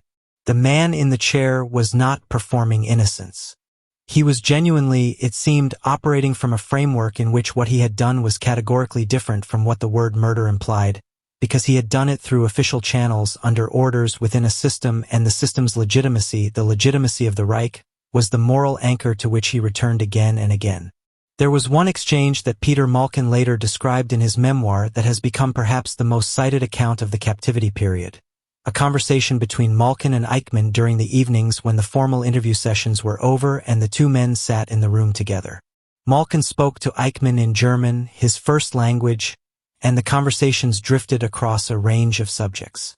At some point Malkin raised the question of family. He told Eichmann that he himself had family members who had perished in the Holocaust. Eichmann's response, according to Malkin, was not dismissive or cruel, but was confined to a kind of administrative observation, that these matters had been handled according to procedures, that he had carried out his responsibilities within a legitimate structure of authority, that the question of personal responsibility was philosophically complicated when actions were taken under orders in a state system. He mentioned his own family, his sons, his wife. He did not draw the connection that Malkin had implicitly offered, the connection between his family and the families he had helped annihilate. Malkin's memoir, it is worth noting, is a personal account written decades after the events and carries the interpretive coloring of any memoir. Some details in it have been disputed by other participants. But its core account of Eichmann's manner during captivity, the administrative calm, the inability to relate the abstract to the personal, is consistent with the observations of other team members and with the behavior Eichmann would later exhibit during his trial. The tension at the villa escalated in the days immediately following the capture for reasons that had to do with what was happening on Garibaldi Street. Eichmann's wife Vera had been expecting him home on the evening of the 11th. When he did not arrive, and when the following day he did not appear at work, the family was in a state of alarm that they would eventually be unable to contain. There was no body to report, no accident to account for his absence, and Vera, who, knowing what she knew about her husband's history, must have understood at some level what might have happened, even if the specific mechanism was unclear. The question that Harel and his team had to manage very carefully was whether the family's alarm would prompt any notification of the Argentine authorities or, more dangerously, of any former SS associate network in Buenos Aires that might have both the motivation and the means to interfere. If word reached the right or wrong, people in the German exile community that Ricardo Klement had disappeared on the evening of May 11th, People who knew Klement's real identity might connect that disappearance to the Israeli diplomatic delegation that happened to be in Buenos Aires at that very moment and draw a conclusion that needed to be avoided. Harel managed this risk through a combination of operational discipline and good fortune. The family did eventually contact Argentine police to report the disappearance, and the police took an incident report, but in 1960 an adult male Argentine resident disappearing was not, by itself, a matter that triggered urgent investigative priority, and the report appears to have been handled with the unhurried pace that characterized Argentine bureaucratic response to matters that were not obviously criminal in nature. There was no immediate investigation. There was no mobilization of resources. Klement's family waited and worried, and the Argentine state treated the disappearance as a routine missing persons matter. Meanwhile, at the villa, the logistical preparations for the extraction were proceeding in parallel with the captivity management. The LL plane that would carry the Israeli delegation home from the anniversary celebrations was scheduled to depart on the evening of May 20th. The Israeli delegation, which had attended the official events and was now preparing for departure, was a legitimate entity with properly documented passenger manifests and diplomatic courtesies. The plan was to add one additional passenger to the manifest, a sick airline crew member who would be escorted aboard in a sedated state, and to do this in a way that, when examined by Argentine customs and immigration officials at the airport, would pass without triggering any exceptional scrutiny. The documentation for this passenger had been prepared in advance, using the identity of an LL crew member who genuinely existed and whose papers could be produced and examined without contradiction. The man himself, Eichmann, would be sedated by Dr. Elian to the point where he was conscious enough to walk with assistance but not alert enough to resist or communicate distress. He would be dressed in an airline crew uniform. He would be accompanied by team members in their own crew and delegation roles, who would explain to any inquiring official that their colleague had been taken ill during the visit and needed to return to Israel for medical attention. Harel reviewed these preparations with the concentrated attention of someone who understood that the entire preceding effort, the 15 years of investigation, the months of planning, the weeks of surveillance, the capture itself, the 9 days at the villa, all of it would be meaningless if the extraction failed. If Argentine authorities stopped the car on the way to the airport and found a sedated man who could not coherently identify himself, or if customs officials at the airport found something inconsistent in the paperwork, or if any of the hundreds of incidental human interactions between the team and the Argentine world around them produced a moment of recognition or suspicion that escalated into interference, the mission was over. Not just over, it would become an international incident of the first magnitude, involving Israeli agents on Argentine soil, the abduction of a foreign resident without legal process, and the humiliation of the Argentine government in front of the world on the occasion of its national celebrations. That risk was real and was lived with every day of those 9 days. The team managed it through professionalism, through the maintenance of their covers, through the careful rationing of movement and communication, and through the particular discipline of people who know that the work they are doing matters enough to bear the weight of the risk it carries. On the 19th of May, the day before the scheduled departure, Harel gathered the core team for a final briefing. He reviewed the sequence of the extraction, the roles of each person, the timing requirements, the contingency responses to the most likely complications.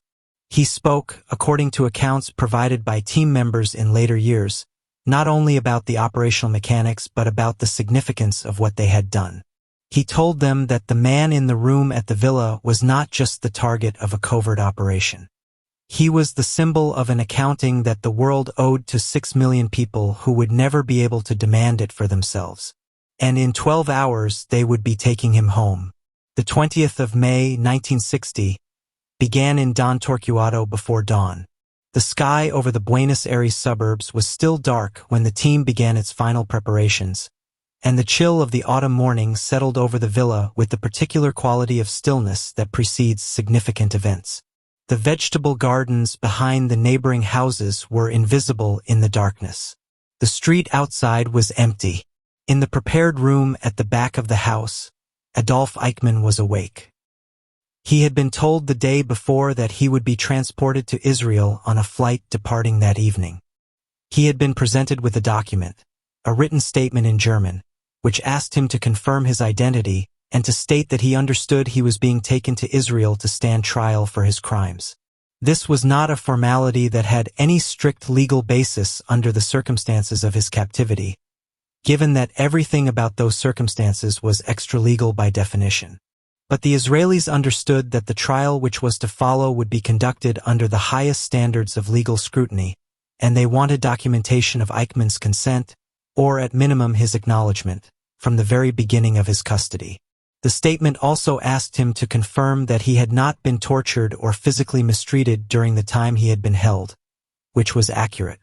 Whether Eichmann signed this document freely is a matter that the trial proceedings would later examine with care. He signed it. He later acknowledged at trial that he had done so. His precise state of mind in those moments, what calculation or fatalism or resignation drove his hand across the page, is not fully recoverable from the available record. He had been in Israeli custody for 9 days. He was a middle-aged man in a foreign country, held by agents of a foreign power, with no legal representation, no diplomatic protection, and no realistic means of escape. He signed. Eichmann's sedation was administered by Dr. Elian on the evening of the 20th in the last hours before the team needed to move. The medication was calibrated carefully, sufficient to suppress Eichmann's normal level of alertness and eliminate any resistance, while leaving him capable of basic physical function. He needed to be able to walk with support from a car to an aircraft boarding area.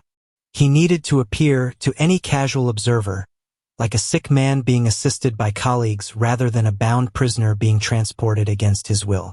The calibration was not straightforward, because the appropriate dosage depended on body weight, metabolic rate, and individual response to the specific compound, and the team's physician was working under conditions that were far from a controlled medical environment. He administered the medication, monitored Eichmann's response carefully, and adjusted as necessary. The convoy that left the Don Torquato villa consisted of 2 cars, with Eichmann in the rear vehicle, lying across the back seat in the uniform of an LL crew member. Dark trousers, crew jacket, cap, with Malkin and another team member alongside him. He was conscious but profoundly passive, his eyes open but unfocused, responding to physical direction without resistance. In the front car drove Harel and other senior team members. The drive to Ezeiza International Airport, which lay to the southwest of Buenos Aires, took approximately 45 minutes under normal conditions. On the evening of May 20th, the team drove it in something closer to an hour, taking a route that avoided the most heavily trafficked roads and keeping to the pace of normal evening traffic. They were indistinguishable from the outside from any other group of business travelers heading to catch a late flight. The cars were Argentine registered. The plates were legitimate. No one looking at them from a passing vehicle or from a police checkpoint, and there were routine checkpoints on some Argentine roads at that time, would have had any reason to look twice. At Ezeiza Airport, the Israeli diplomatic delegation was completing its check-in and departure procedures with the support of LL ground staff and, at the formal diplomatic level, the courtesies extended to official government delegations. The airport was not empty in the late evening. There were other flights departing, other passengers processing through. The terminal building had the low-grade institutional bustle of any international airport at work, with the sounds of announcements and the movement of luggage and the particular anxiety that air travel generates in some people and boredom in others. The Eichmann vehicle pulled up to a prearranged location at the airport periphery, coordinated with a team liaison who had been moving through the terminal on his own cover throughout the evening. The team members who would escort Eichmann to the aircraft were already in their crew uniforms. The liaison confirmed that the boarding process was proceeding normally and that Argentine immigration and customs officials were processing the delegation without complication. Eichmann was helped out of the vehicle. He was standing, with Malkin's hand under his arm and another team member on his other side. He walked. It was slow, with the instability of someone who is not entirely in possession of his normal coordination, but it was recognizable as walking, and in the dim lighting of the loading area and with 2 colleagues apparently helping a sick coworker, it was unremarkable.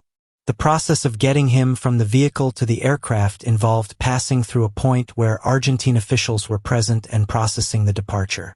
This was the moment that had been dreaded and planned for and that, in the event, came and went with a quality of anticlimax that is almost more disturbing in retrospect than Crisis would have been. The liaison from the team spoke to the Argentine official at the relevant point, explaining in Spanish that the crew member was ill and had been seen by a doctor and was returning to Israel for medical treatment. He produced the documentation, the crew identity papers, the health declaration, and the official looked at these papers. He looked at Eichmann. He looked back at the papers. Eichmann's face under his cap was pale and slightly slack. His eyes, half open, had the unfocused quality of medication. He was breathing regularly. He was, to all appearances, a sick man. The official stamped the papers. The group moved through. On the aircraft, Eichmann was installed in a seat toward the rear of the cabin, with team members on either side and behind him. The El Al plane, a Bristol Britannia propeller turbine aircraft, the type that El Al operated for its intercontinental routes in that period, taxied to the runway with the deliberate patience of a large aircraft preparing for a long flight.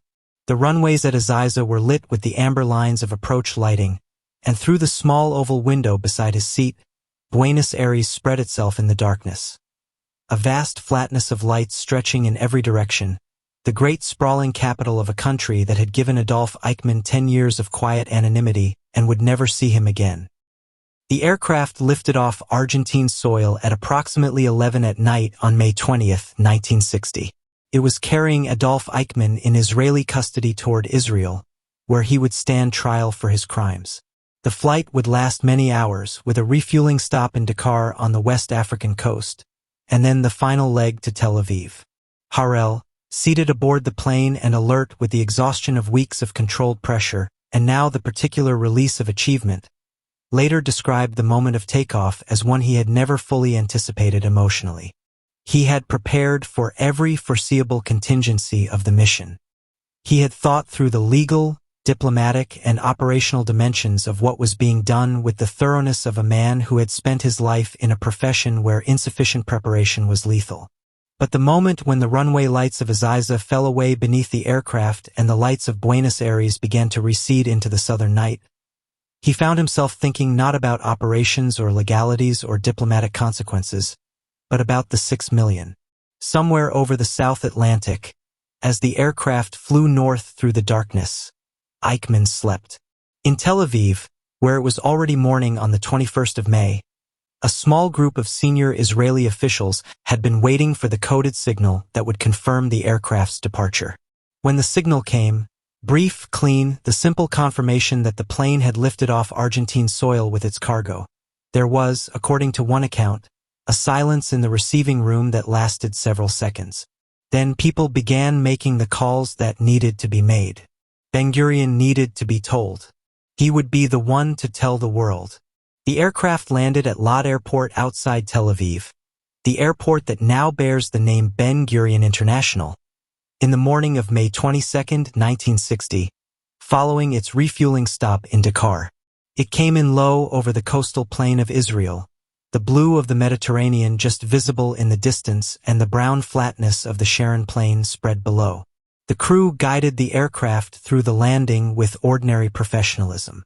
Passengers gathered their belongings. The delegation members prepared to disembark. And in a seat toward the rear, with team members on either side, Adolf Eichmann descended toward Israel. He was taken from the aircraft by a small, specifically composed reception team that had been briefed on who was arriving and under what circumstances. He was transported directly from the airport to a specially prepared holding facility, a facility in Yeger near Haifa that had been set up in the days preceding the flight's arrival. This was not a prison in the conventional sense. It was more accurately described as a secure residential facility, managed by Israeli security services, where Eichmann would be housed under close supervision in conditions that were physically adequate without being comfortable, and where the medical monitoring of his condition would continue. He arrived at the facility without incident.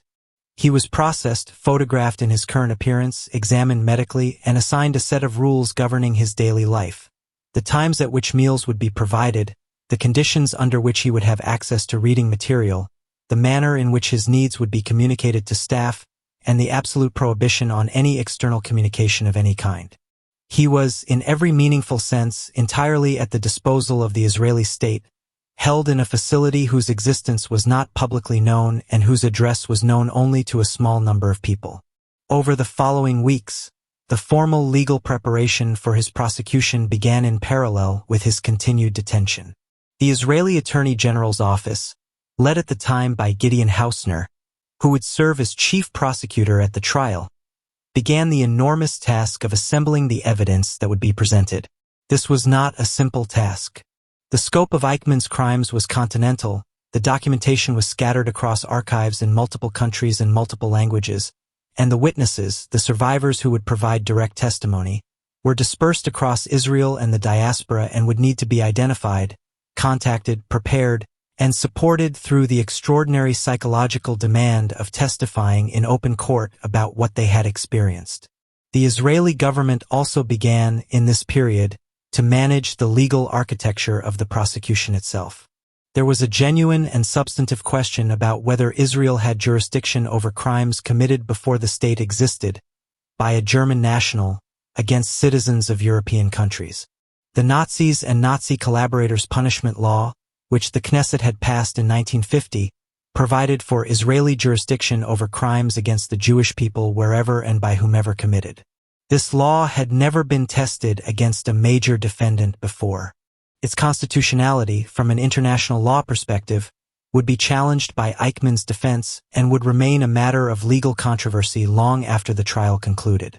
Ben-Gurion, for his part, was focused on a question that was strategic as much as legal: how to use the announcement of Eichmann's capture to frame the trial in the mind of the world.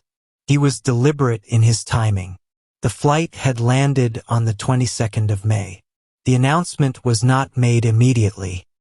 He waited until the 23rd of May, a date with no particular operational significance, but one on which he had prepared a carefully constructed statement to deliver to the Knesset, the Israeli parliament.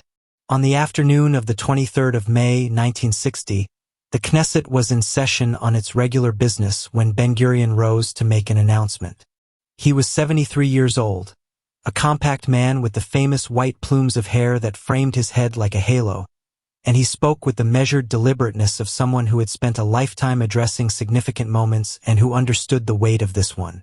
He said, "I have to inform the Knesset that a short time ago one of the greatest Nazi criminals was found by the Israeli security services. Adolf Eichmann, who was responsible together with the Nazi leaders for what they called the final solution of the Jewish question, that is, the extermination of 6 million of the Jews of Europe, is already under arrest in Israel and will shortly be brought to trial in Israel under the Nazis and Nazi collaborators' punishment law." The chamber fell completely silent for a moment. Then it exploded. The members of the Knesset reacted with a combination of shock, joy, and an emotion that doesn't reduce to either. The emotion of a community confronted without warning with the news that a man who had killed their families, who had escaped justice for 15 years, who had been a name in documents and survivor testimonies but never a body in a courtroom, had been found. Some members wept. Some stood. There was sustained applause that went on for a very long time. The announcement was carried immediately by wire services to every major news organization in the world, and within hours it had generated the largest international news response of that year, and arguably of that decade. The world's newspapers carried Eichmann's story on their front pages with a shock that was in some cases genuine and in some cases reflects the degree to which, even in 1960, many people had genuinely not known who he was or what he had done. The arrest was not just news. It was, for a significant portion of the world's population, an education. The reaction was not universally celebratory. Argentina's response was furious and swift. The Argentine government, under President Arturo Frondizi, formally protested to Israel through diplomatic channels, characterizing the capture as a flagrant violation of Argentine sovereignty and demanding an apology. The protest escalated into a formal complaint to the United Nations Security Council, where Argentina argued that Israel's action had violated basic principles of international law regarding the inviolability of national sovereignty. The Security Council, in June 1960, adopted a resolution acknowledging the Argentine complaint and asking Israel to make appropriate reparations. Israel expressed regret that Argentine sovereignty had been infringed upon, though notably without apologizing for the operation itself or indicating any intention to return Eichmann. The diplomatic episode strained Israeli-Argentine relations for a period, but did not permanently rupture them, partly because Argentina was itself dealing with domestic political pressures that made prolonged confrontation with Israel diplomatically inconvenient. There were also legal challenges from West Germany, which argued that German courts had jurisdiction over a German national for crimes committed under German law, and from other governments that raised various concerns about the precedents being set. The Israeli response to all of these challenges was consistent. The crimes for which Eichmann would be tried were crimes against the Jewish people, and Israel, as the national home of the Jewish people, had both the moral standing and the legal authority to try them. The survivor community's response to the announcement was intense and widely documented. Survivors in Israel, in the United States, in Europe, who had spent 15 years living with the knowledge that the man most directly responsible for their specific deportations, the man who had signed the orders, attended the meetings, managed the logistics, was living freely in another country while they built their shattered lives back from nothing, received the news with an emotion that some described as relief, some as disbelief, and some as a grief that was in some ways the twin of joy, because the announcement also forced them to confront, as publicly as anything had since the war itself, what had been done to them and to those they had lost. Simon Wiesenthal, who learned of the capture from press reports like most of the world, received the news in Vienna. His later accounts of the moment describe something close to vindication, the sense that 15 years of work had contributed, in whatever degree, to a result that justified the effort. He would spend considerable energy in the years following the trial establishing and documenting his own role in the Eichmann investigation, a project that produced historical disputes, but that also served the larger purpose of keeping public attention on the continuing problem of unprosecuted Nazi war criminals. For Wiesenthal, the Eichmann capture was not the end of a project but the most public proof of its validity. Elsewhere, in the German-speaking community of Buenos Aires, the news of Ricardo Klement's true identity and his capture by Israeli agents produced a reaction that was, by various accounts, a mixture of shock, fear, and angry denial. Former SS associates who had known Eichmann in Argentina, some of whom may have known his real identity, and some of whom may have believed in the identity of Ricardo Klement, suddenly found themselves in a community that had been penetrated by Israeli intelligence in ways that were more thorough than anyone had imagined. Some individuals left Argentina. Others kept lower profiles. The operation had demonstrated something uncomfortable, that the networks of post-war Nazi exile were not as secure from outside investigation as their members had believed. In Germany itself, the announcement confronted a population that was in the middle of a complex and not fully honest reckoning with its wartime past. The Federal Republic had been pursuing some prosecutions, but the narrative of national denazification that the West German government presented to the world was considerably rosier than the reality of a judicial and bureaucratic establishment that contained a significant number of former Nazi officials occupying positions of responsibility. Eichmann's capture, and the trial that was to follow, would challenge that narrative in ways that some German officials found deeply uncomfortable and that a significant segment of the German public found both necessary and painful. The preparations for the trial moved forward through the summer and autumn of 1960, building toward what would become, in the spring of 1961, the most watched and debated legal proceeding of the post-war era. The glass booth that would house Eichmann in Beit Haim, the House of the People, a large hall in Jerusalem that the government had designated as the trial venue, was not yet built. The witnesses had not yet given their testimony. The judges had not yet taken their seats. But the work was underway, and its scope and ambition were evident in the choices being made about how the trial would be conducted, who would prosecute it, and what purposes it was designed to serve beyond the conviction or acquittal of a single man. The trial of Adolf Eichmann opened on the 11th of April, 1961, in the Beit Haim Community Center in Jerusalem, before a packed audience and every major news organization in the world. It was a Tuesday, and by the time the proceedings began shortly after 9 in the morning, the chamber was already dense with people, and with the particular charged stillness of a room in which something historically significant is about to happen. Journalists from Europe, the United States, South America, and across the world had been credentialed. Survivors had been given seats. Diplomats representing numerous governments were present. The Supreme Court of Israel had designated a 3-judge panel to hear the case, headed by Judge Moshe Landau, a jurist of evident intellectual authority and scrupulous legal conscience, with Judges Benjamin Halavai and Yitzhak Reva completing the bench. And at the front of the room, behind a pane of bulletproof glass that had been installed for his protection, not from the audience but from the possibility of assassination, sat Adolf Eichmann. He wore a dark suit. He had a slight, almost formal posture.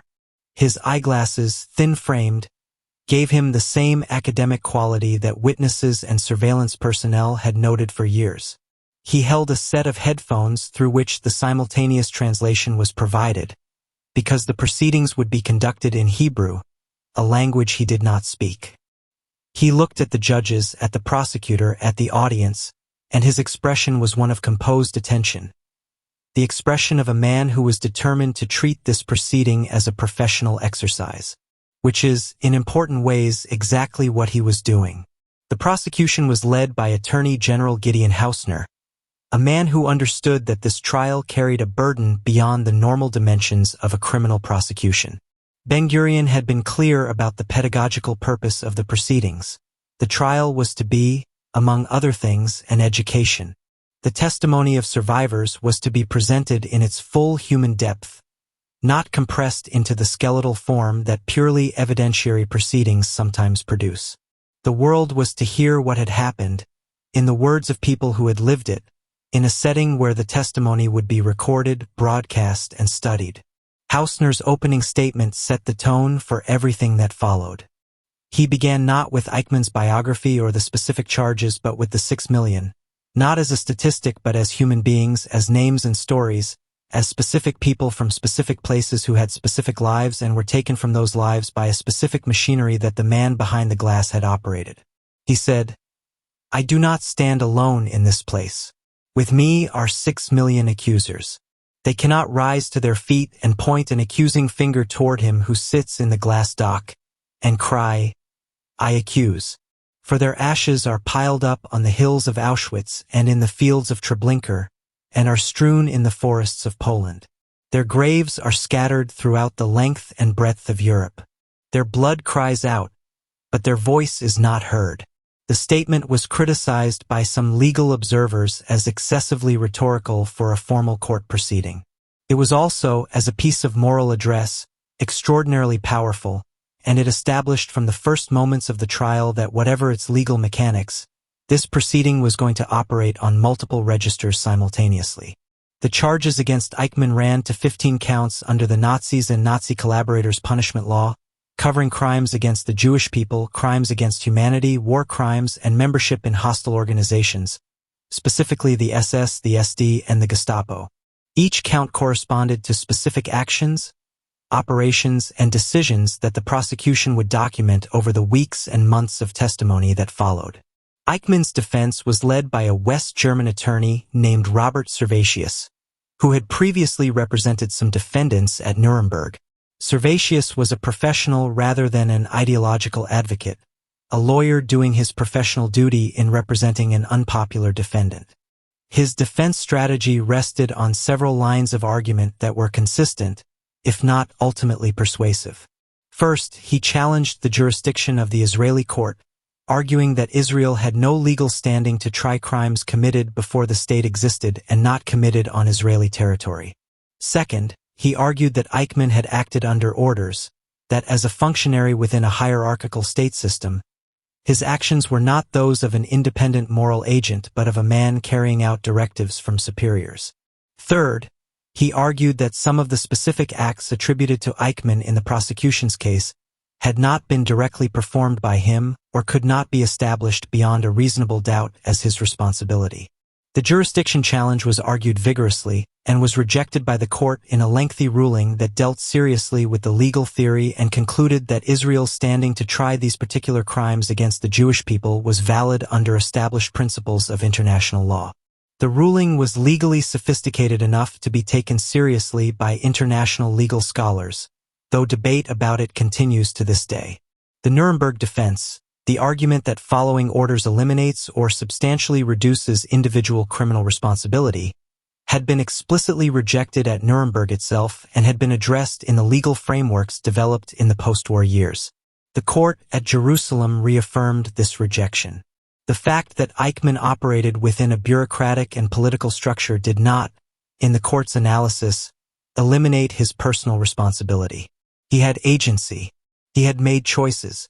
He had, on numerous occasions, pushed harder than his orders strictly required, extending the scope of deportation operations, arguing against concessions, insisting on quotas being met at moments when the logic of pure obedience might have permitted accommodation. He was not a passive instrument. He was an active participant who exercised his own judgment in the service of the program he was running. The testimony of survivors, given over many weeks in April and May of 1961, was the part of the trial that had the most profound impact on the world outside the courtroom. Survivor after survivor took the witness stand and described what they had experienced. The roundups, the cattle cars, the arrival at the camps, the selections, the deaths of family members. Many of these accounts had been given before, to Allied investigators, to Jewish documentation organizations, to physicians and therapists and journalists. But given here in an open courtroom, before cameras, with simultaneous translation reaching a global audience, they carried a force that none of the previous contexts had provided. One witness, Yehiel Dinur, a survivor and novelist who wrote under the name Kotzetnik, collapsed at the witness stand mid-testimony.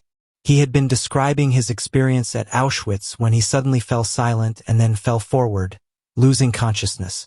He was carried from the courtroom. He later attributed the collapse to the overwhelming nature of confronting the man across the room, the man whose administrative decisions had determined which people lived and which people died in the machinery that Kotzetnik survived.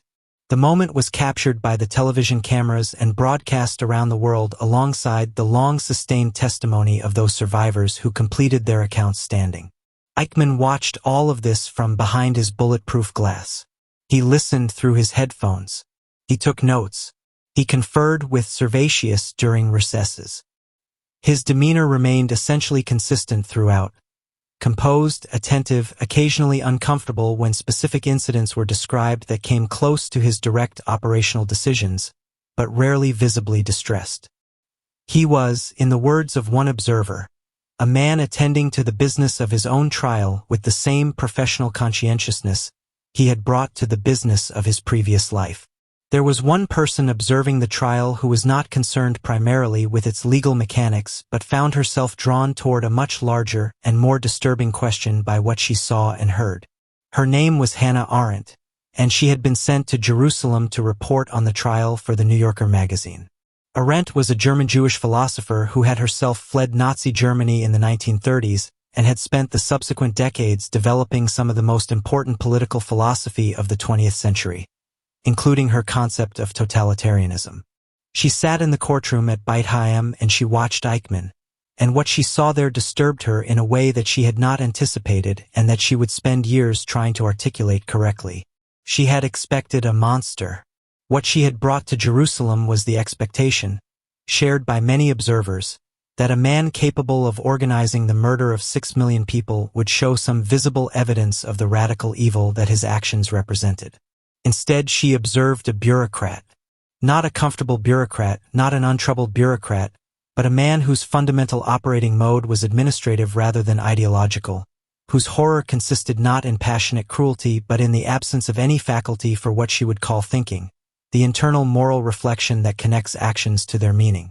She introduced the phrase that would become one of the most argued formulations in modern thought, the banality of evil. By this she did not mean that what Eichmann had done was ordinary or acceptable. She meant that the mechanism through which he had done it, thoughtlessness, the substitution of bureaucratic function for moral agency, the use of official language and organizational hierarchy to disconnect actions from their consequences, was not the special property of a unique monster but a capacity that ordinary human beings could inhabit under the right conditions.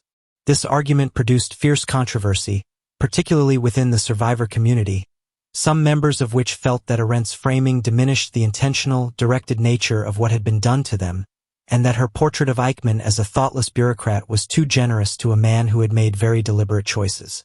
The controversy was real and significant, and it has not been fully resolved in the 60 years since Arendt wrote her report. What did resolve, in the legal sense at least, was the question of what Eichmann had done and what should be done about it. The evidentiary phase of the Eichmann trial concluded in the summer of 1961 after several months of testimony, documentary evidence, and legal argument that produced a trial record running to thousands of pages. The prosecution had presented documents sourced from archives in Germany, Israel, the United States, and Poland, deportation orders, transportation manifests, conference protocols, letters bearing Eichmann's signature, organizational charts placing him within the administrative chain that executed the final solution. The Wannsee Protocol had been produced and examined in detail. The survivor testimony had been given, recorded, and preserved. The defense had mounted its jurisdictional and following orders arguments, and had cross-examined prosecution witnesses with the professional competence that Servatius brought to his work. Eichmann himself took the stand. This was his choice and his right, and it produced one of the longest cross-examinations in the history of Israeli jurisprudence, extending across many days. His manner in the witness stand was consistent with everything observers had noted about him throughout the proceedings. Methodical, detailed, technical in his references to bureaucratic structures and organizational responsibilities, and persistently returning to the argument that he had been a functionary, that his role had been to coordinate transport rather than to direct killing policy, that the decisions about what happened at the destination end of the trains were made by others and were not his responsibility. The prosecution's cross-examination of Eichmann, conducted by Gideon Hausner with a precision that reflected months of documentary preparation, repeatedly confronted him with specific documents bearing his name or his signature that contradicted his characterization of his own role. There were letters in which he had argued strenuously against allowing Jews to emigrate when they might have done so, insisting instead that they be included in the deportation machinery. There were records of his visits to occupied territories in which his involvement was clearly supervisory rather than merely administrative. There were accounts from surviving witnesses of conversations with Eichmann that reflected an intimate operational knowledge of what was happening at the camps, inconsistent with the position of a man who managed transport and nothing else. Eichmann's response to these confrontations was usually to retreat into a kind of bureaucratic fog, acknowledging the document, acknowledging his signature, but qualifying the significance of each in a way that sought to preserve the overall defense argument. He used the passive voice with remarkable persistence. Things were decided, instructions were given, transports were arranged. He deployed a vocabulary of administrative abstraction, coordination, execution of orders, technical matters, that had the effect, intended or not, of dissolving the human content of the events being described. Children were not put on trains and sent to gas chambers. Trains were coordinated to carry specified categories of persons to designated facilities in accordance with policy directives. The court found his testimony unpersuasive. In the judgment delivered on the 11th of August 1961, all 15 counts against Eichmann were upheld. The court found that he had not merely followed orders but had been an active, central, and indispensable participant in the implementation of the final solution. The judgment was comprehensive and detailed, running to hundreds of pages, and addressed both the factual record and the legal arguments that had been raised throughout the proceedings. On the question of jurisdiction, the court maintained that Israel had the standing to prosecute these crimes. On the question of individual responsibility, it found that Eichmann's role could not be reduced to the mere execution of directives. He had possessed discretion, exercised judgment, and used his position to advance the program well beyond what minimal compliance with orders would have required. The sentencing hearing took place in mid-August. Judge Landau, reading the court's determination, sentenced Adolf Eichmann to death. The sentence was death by hanging, the only sentence of this kind that the State of Israel has ever carried out before or after. Israel maintains a legal prohibition on capital punishment for all crimes except crimes against humanity under the 1950 law, genocide, and treason in wartime. Eichmann's case fell within that narrow exception. The court had found that his crimes represented not only the greatest evil in recorded human history in terms of scale, but a crime directed at the very existence of the Jewish people as a people, and that no lesser punishment was proportionate. Eichmann did not react visibly when the sentence was read. He had the same composed, attentive expression that had characterized his presence throughout the proceedings. Whatever his internal response was in that moment, it did not reach his face in a way that the cameras or the observers could capture and describe. His defense filed an appeal to the Israeli Supreme Court, which was heard in the spring of 1962. The appeal raised the same fundamental issues: jurisdiction, individual responsibility, the weight of the following order's defense, and the Supreme Court addressed each in a lengthy ruling that affirmed the lower court's judgment and sentence on all counts. The execution was set for the 31st of May, 1962. In the weeks between the rejection of his appeal and the execution date, Eichmann submitted a petition for clemency to Israeli President Yitzhak Ben-Zvi. The petition, written by Eichmann himself, argued that he had been a tool in the hands of the Nazi leadership, that the guilt for the crimes was properly attributable to those who had conceived and ordered them, and that mercy reflected well on those who extended it. It was not, by any measure, a petition that expressed genuine remorse or acknowledgement of what his actions had meant to the people they affected. It was a plea for life based on the argument that his responsibility was mitigated by circumstances. President Ben-Zvi, himself a survivor of persecution and a man who had devoted his life to the Zionist project partly in response to what European Jewry had endured, rejected the petition without hesitation.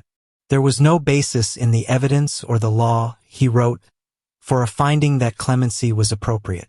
Eichmann spent his final days in Ramel prison. He was visited by a Protestant minister, the Reverend William Hull, a Canadian clergyman who had been designated as prison chaplain, with whom he had a number of conversations in the weeks preceding his execution. The conversations, as Hull later described them, were theologically thin. Eichmann expressed something that he characterized as regret for what had happened but declined to accept what Hull described as personal spiritual responsibility in a manner that the minister found ultimately unsatisfactory. He was, to the end, a man who processed his situation through the same administrative framework that had processed everything else. On the evening of the 31st of May, 1962, just before midnight, Adolf Eichmann was hanged at Ramel prison. He was 56 years old. His last words, spoken in German, included the statement, "Long live Germany, long live Argentina, long live Austria. These are the three countries with which I have been most closely associated, and I shall not forget them. I greet my wife, my family, and my friends. I had to obey the rules of war and my flag. I am ready." It was, in its way, entirely consistent to the last breath, a man positioning himself within the structures that had defined his life and denying the existence of any reality beyond them.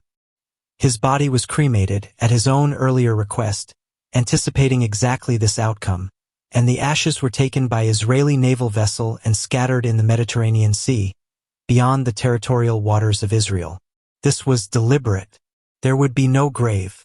There would be no burial site.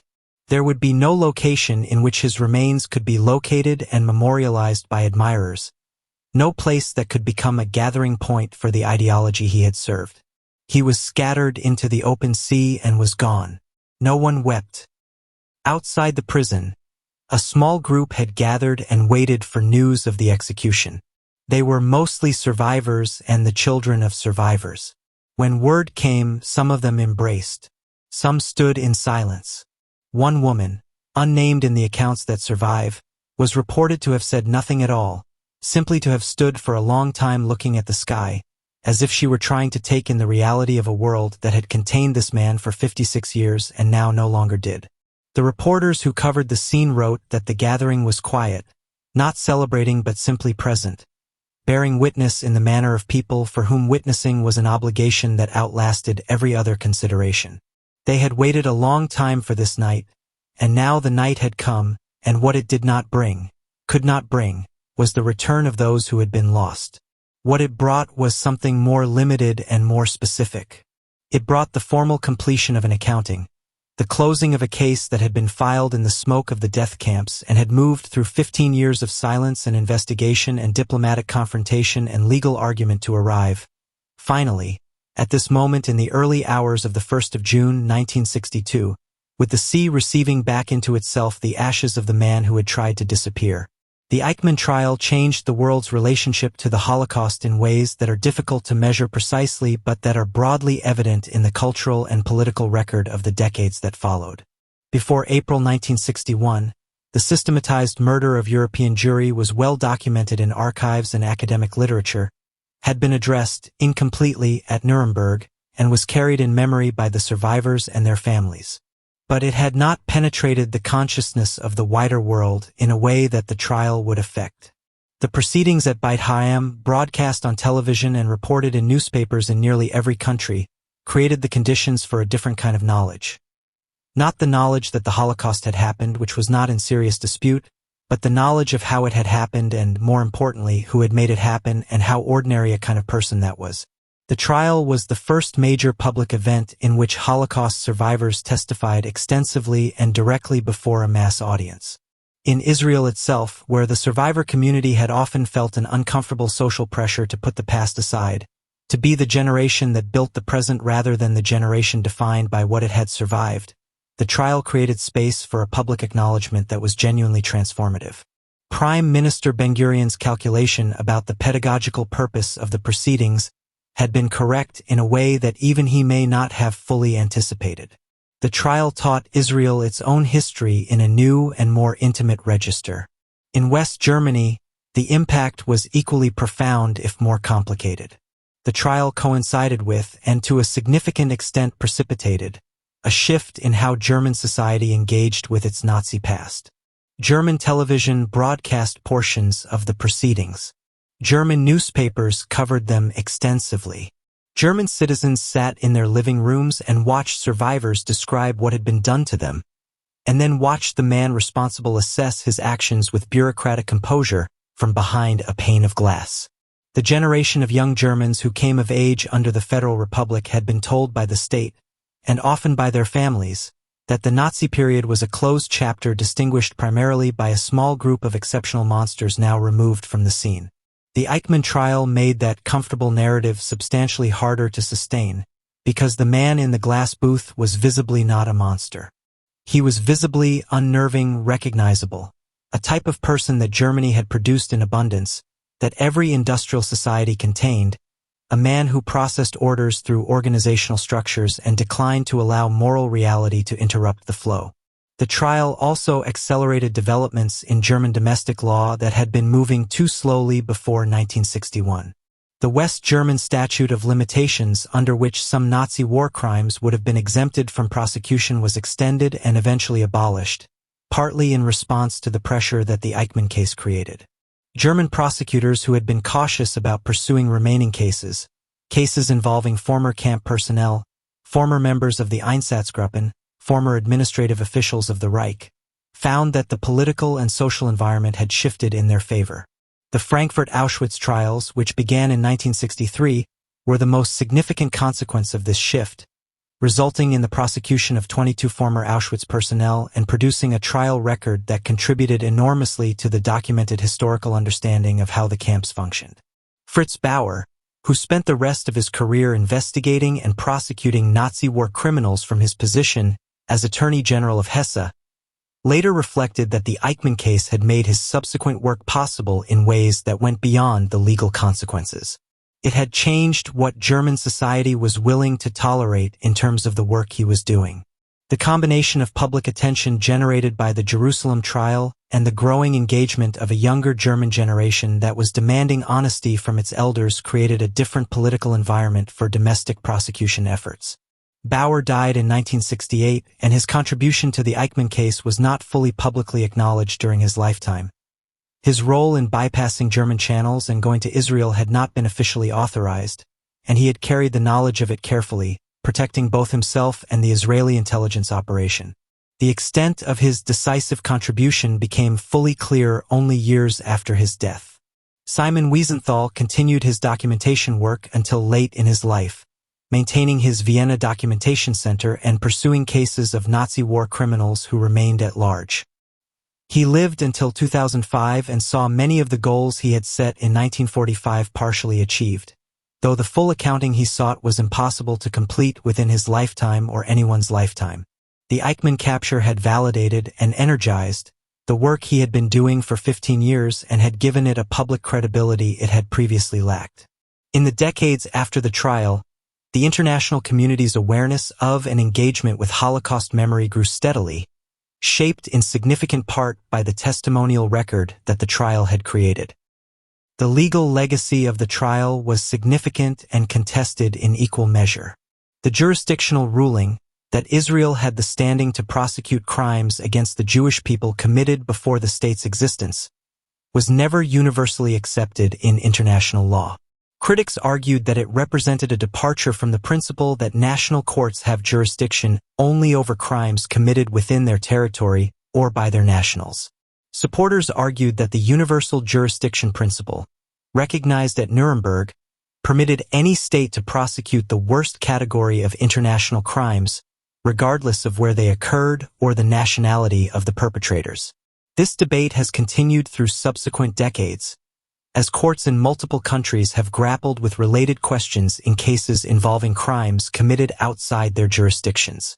The capture itself, the act of Israeli agents seizing a foreign resident on foreign soil without legal process, also entered the body of international legal debate, though the political rather than purely legal dynamics around it proved complex.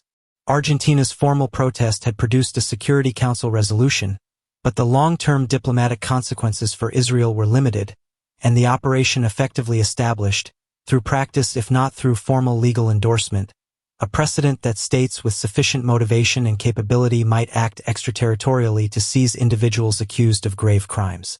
This precedent has been cited in subsequent contexts, sometimes in ways that Eichmann's captors would have found uncomfortable, and it remains a genuinely contested area of international law. For the Mossad, Operation Finale had a significance that went beyond its specific outcome. It demonstrated what a small, relatively young intelligence service could accomplish through meticulous planning, patience, and operational discipline. It established the Mossad's international reputation in a way that no previous operation had done, and it established it, crucially, in a context where the moral clarity of the mission was essentially unassailable.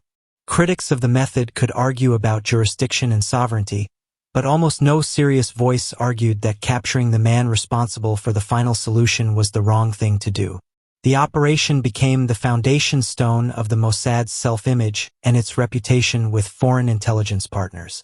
It was proof of concept, evidence that a service with the right combination of intelligence, preparation, and audacity could operate effectively anywhere in the world. Isser Harel, who led Operation Finale from within Buenos Aires itself, published his own account of the mission in 1975 in a book called The House on Garibaldi Street, which remains one of the primary first-person narratives of the operation available in English. Harel's account is frank about the personal stakes at play and about the emotional dimensions of the mission, as well as being detailed about the operational mechanics. It is also, in the manner of memoir produced by intelligence officers, selective, omitting some details, compressing others, occasionally differing from the accounts produced by other participants. But as a narrative of what it felt like to be inside this operation, moving through Buenos Aires with a false identity and the knowledge of what was waiting on Garibaldi Street, it carries an authority that cannot be replicated. Silvia Hermann, whose initial mission to Buenos Aires had produced the first photograph and the first substantial body of surveillance evidence, was for decades publicly unidentified as the agent who had done that groundwork. He wrote his own account of the operation later in life, collaborating with a co-author, and provided important detail about the preliminary intelligence work that made the capture possible. Hermann's account gives weight to an aspect of the story that is sometimes compressed in the more dramatic tellings: the long, patient, unglamorous months of observation and documentation that preceded the 9 seconds of action on a road in San Fernando. The operation was a success because of what Hermann and his team had done in 1958 and 1959 as much as because of what Malkin did on the evening of the 11th of May 1960. Peter Malkin, who physically seized Eichmann on Route 197, became the most publicly visible of the operation's participants in subsequent decades, writing his memoir and speaking extensively about the mission. His account of the conversations in the Don Torquato villa, his attempts to reach Eichmann across the abyss of experience and ideology, his discovery that the abyss was not one that Eichmann even recognized as existing, became one of the most widely cited testimonies about what it meant to be in close physical proximity to a man of Eichmann's particular kind of evil. Malkin died in 2005, the same year as Wiesenthal. The generation that had lived through the war and spent their lives responding to it was passing, and the memory of what they had done was passing from the domain of personal testimony into the wider domain of history.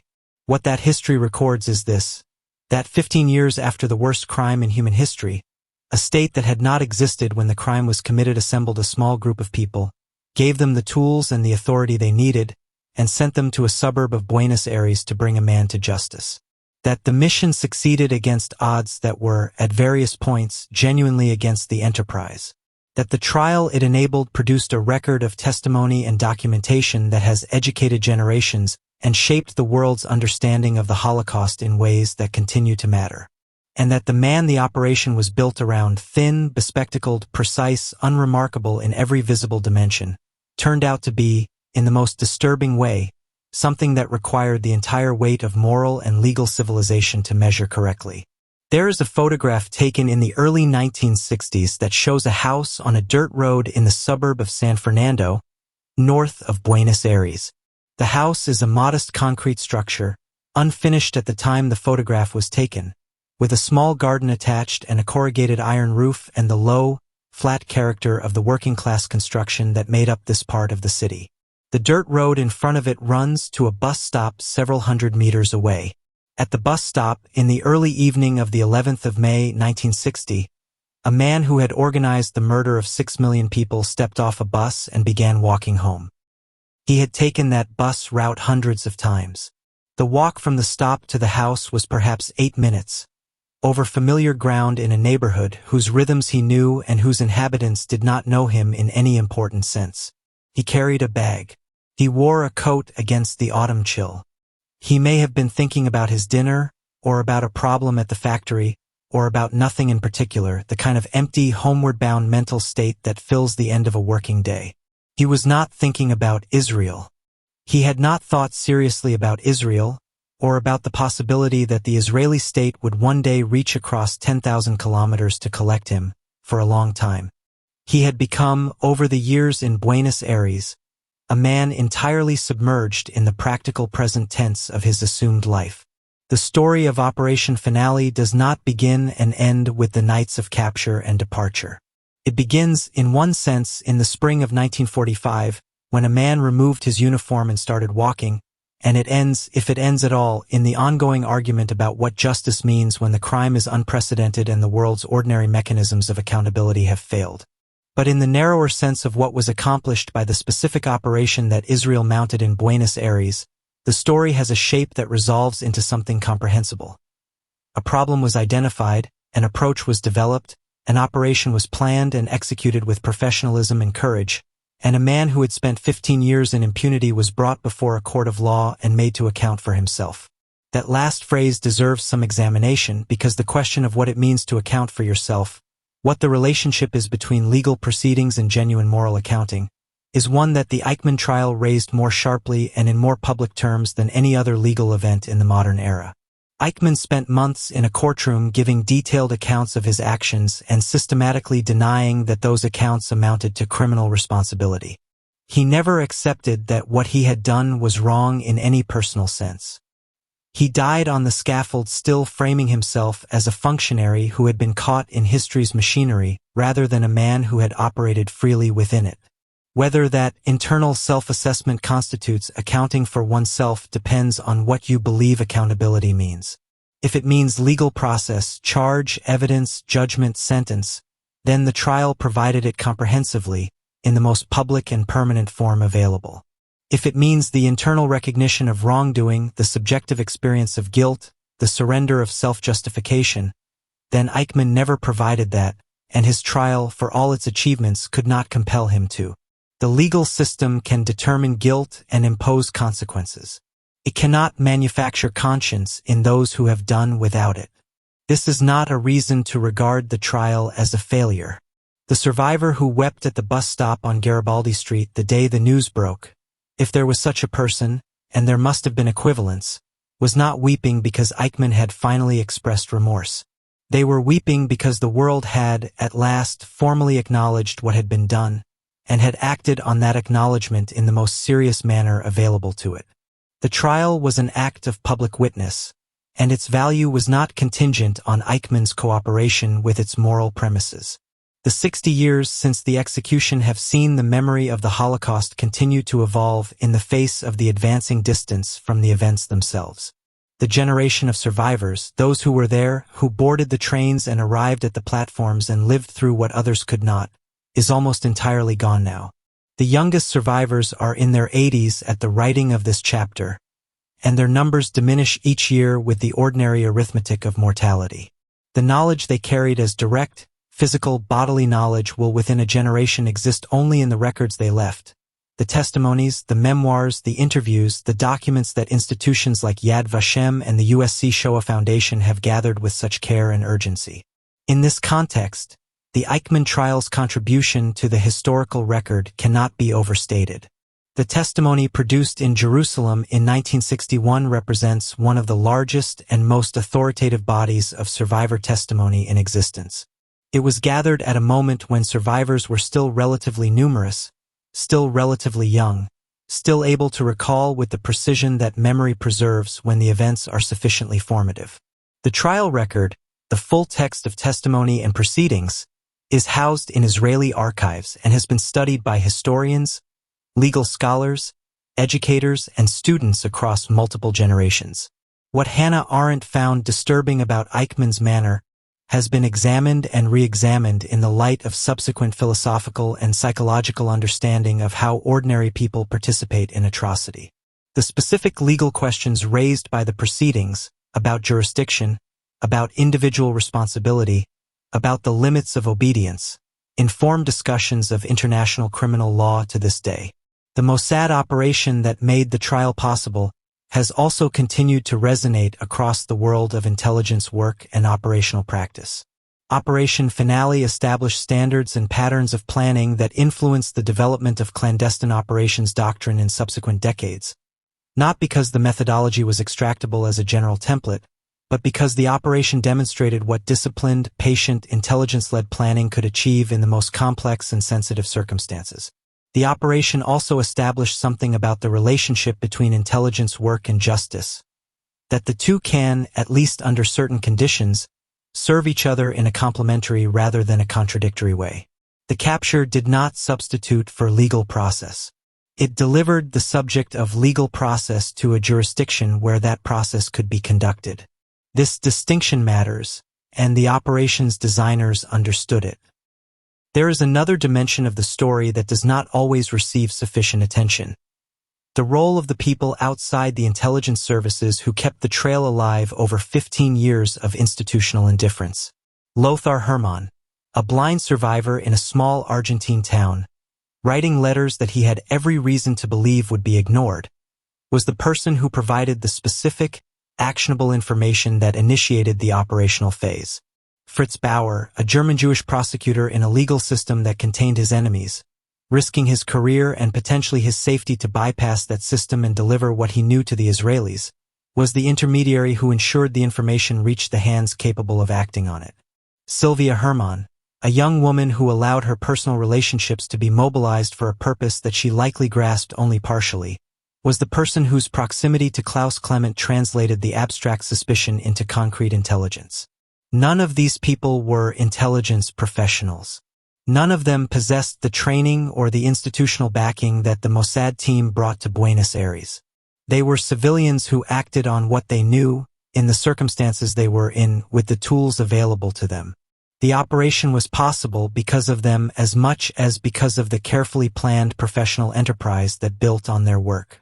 This is worth remembering because it is a reminder that large historical problems that seem to require institutional resources and official authority to address, sometimes advance most decisively because an ordinary person decides to do the ordinary thing of writing a letter, or making a phone call, or asking a question about someone's father. The dirt road on which Eichmann was seized no longer looks the same.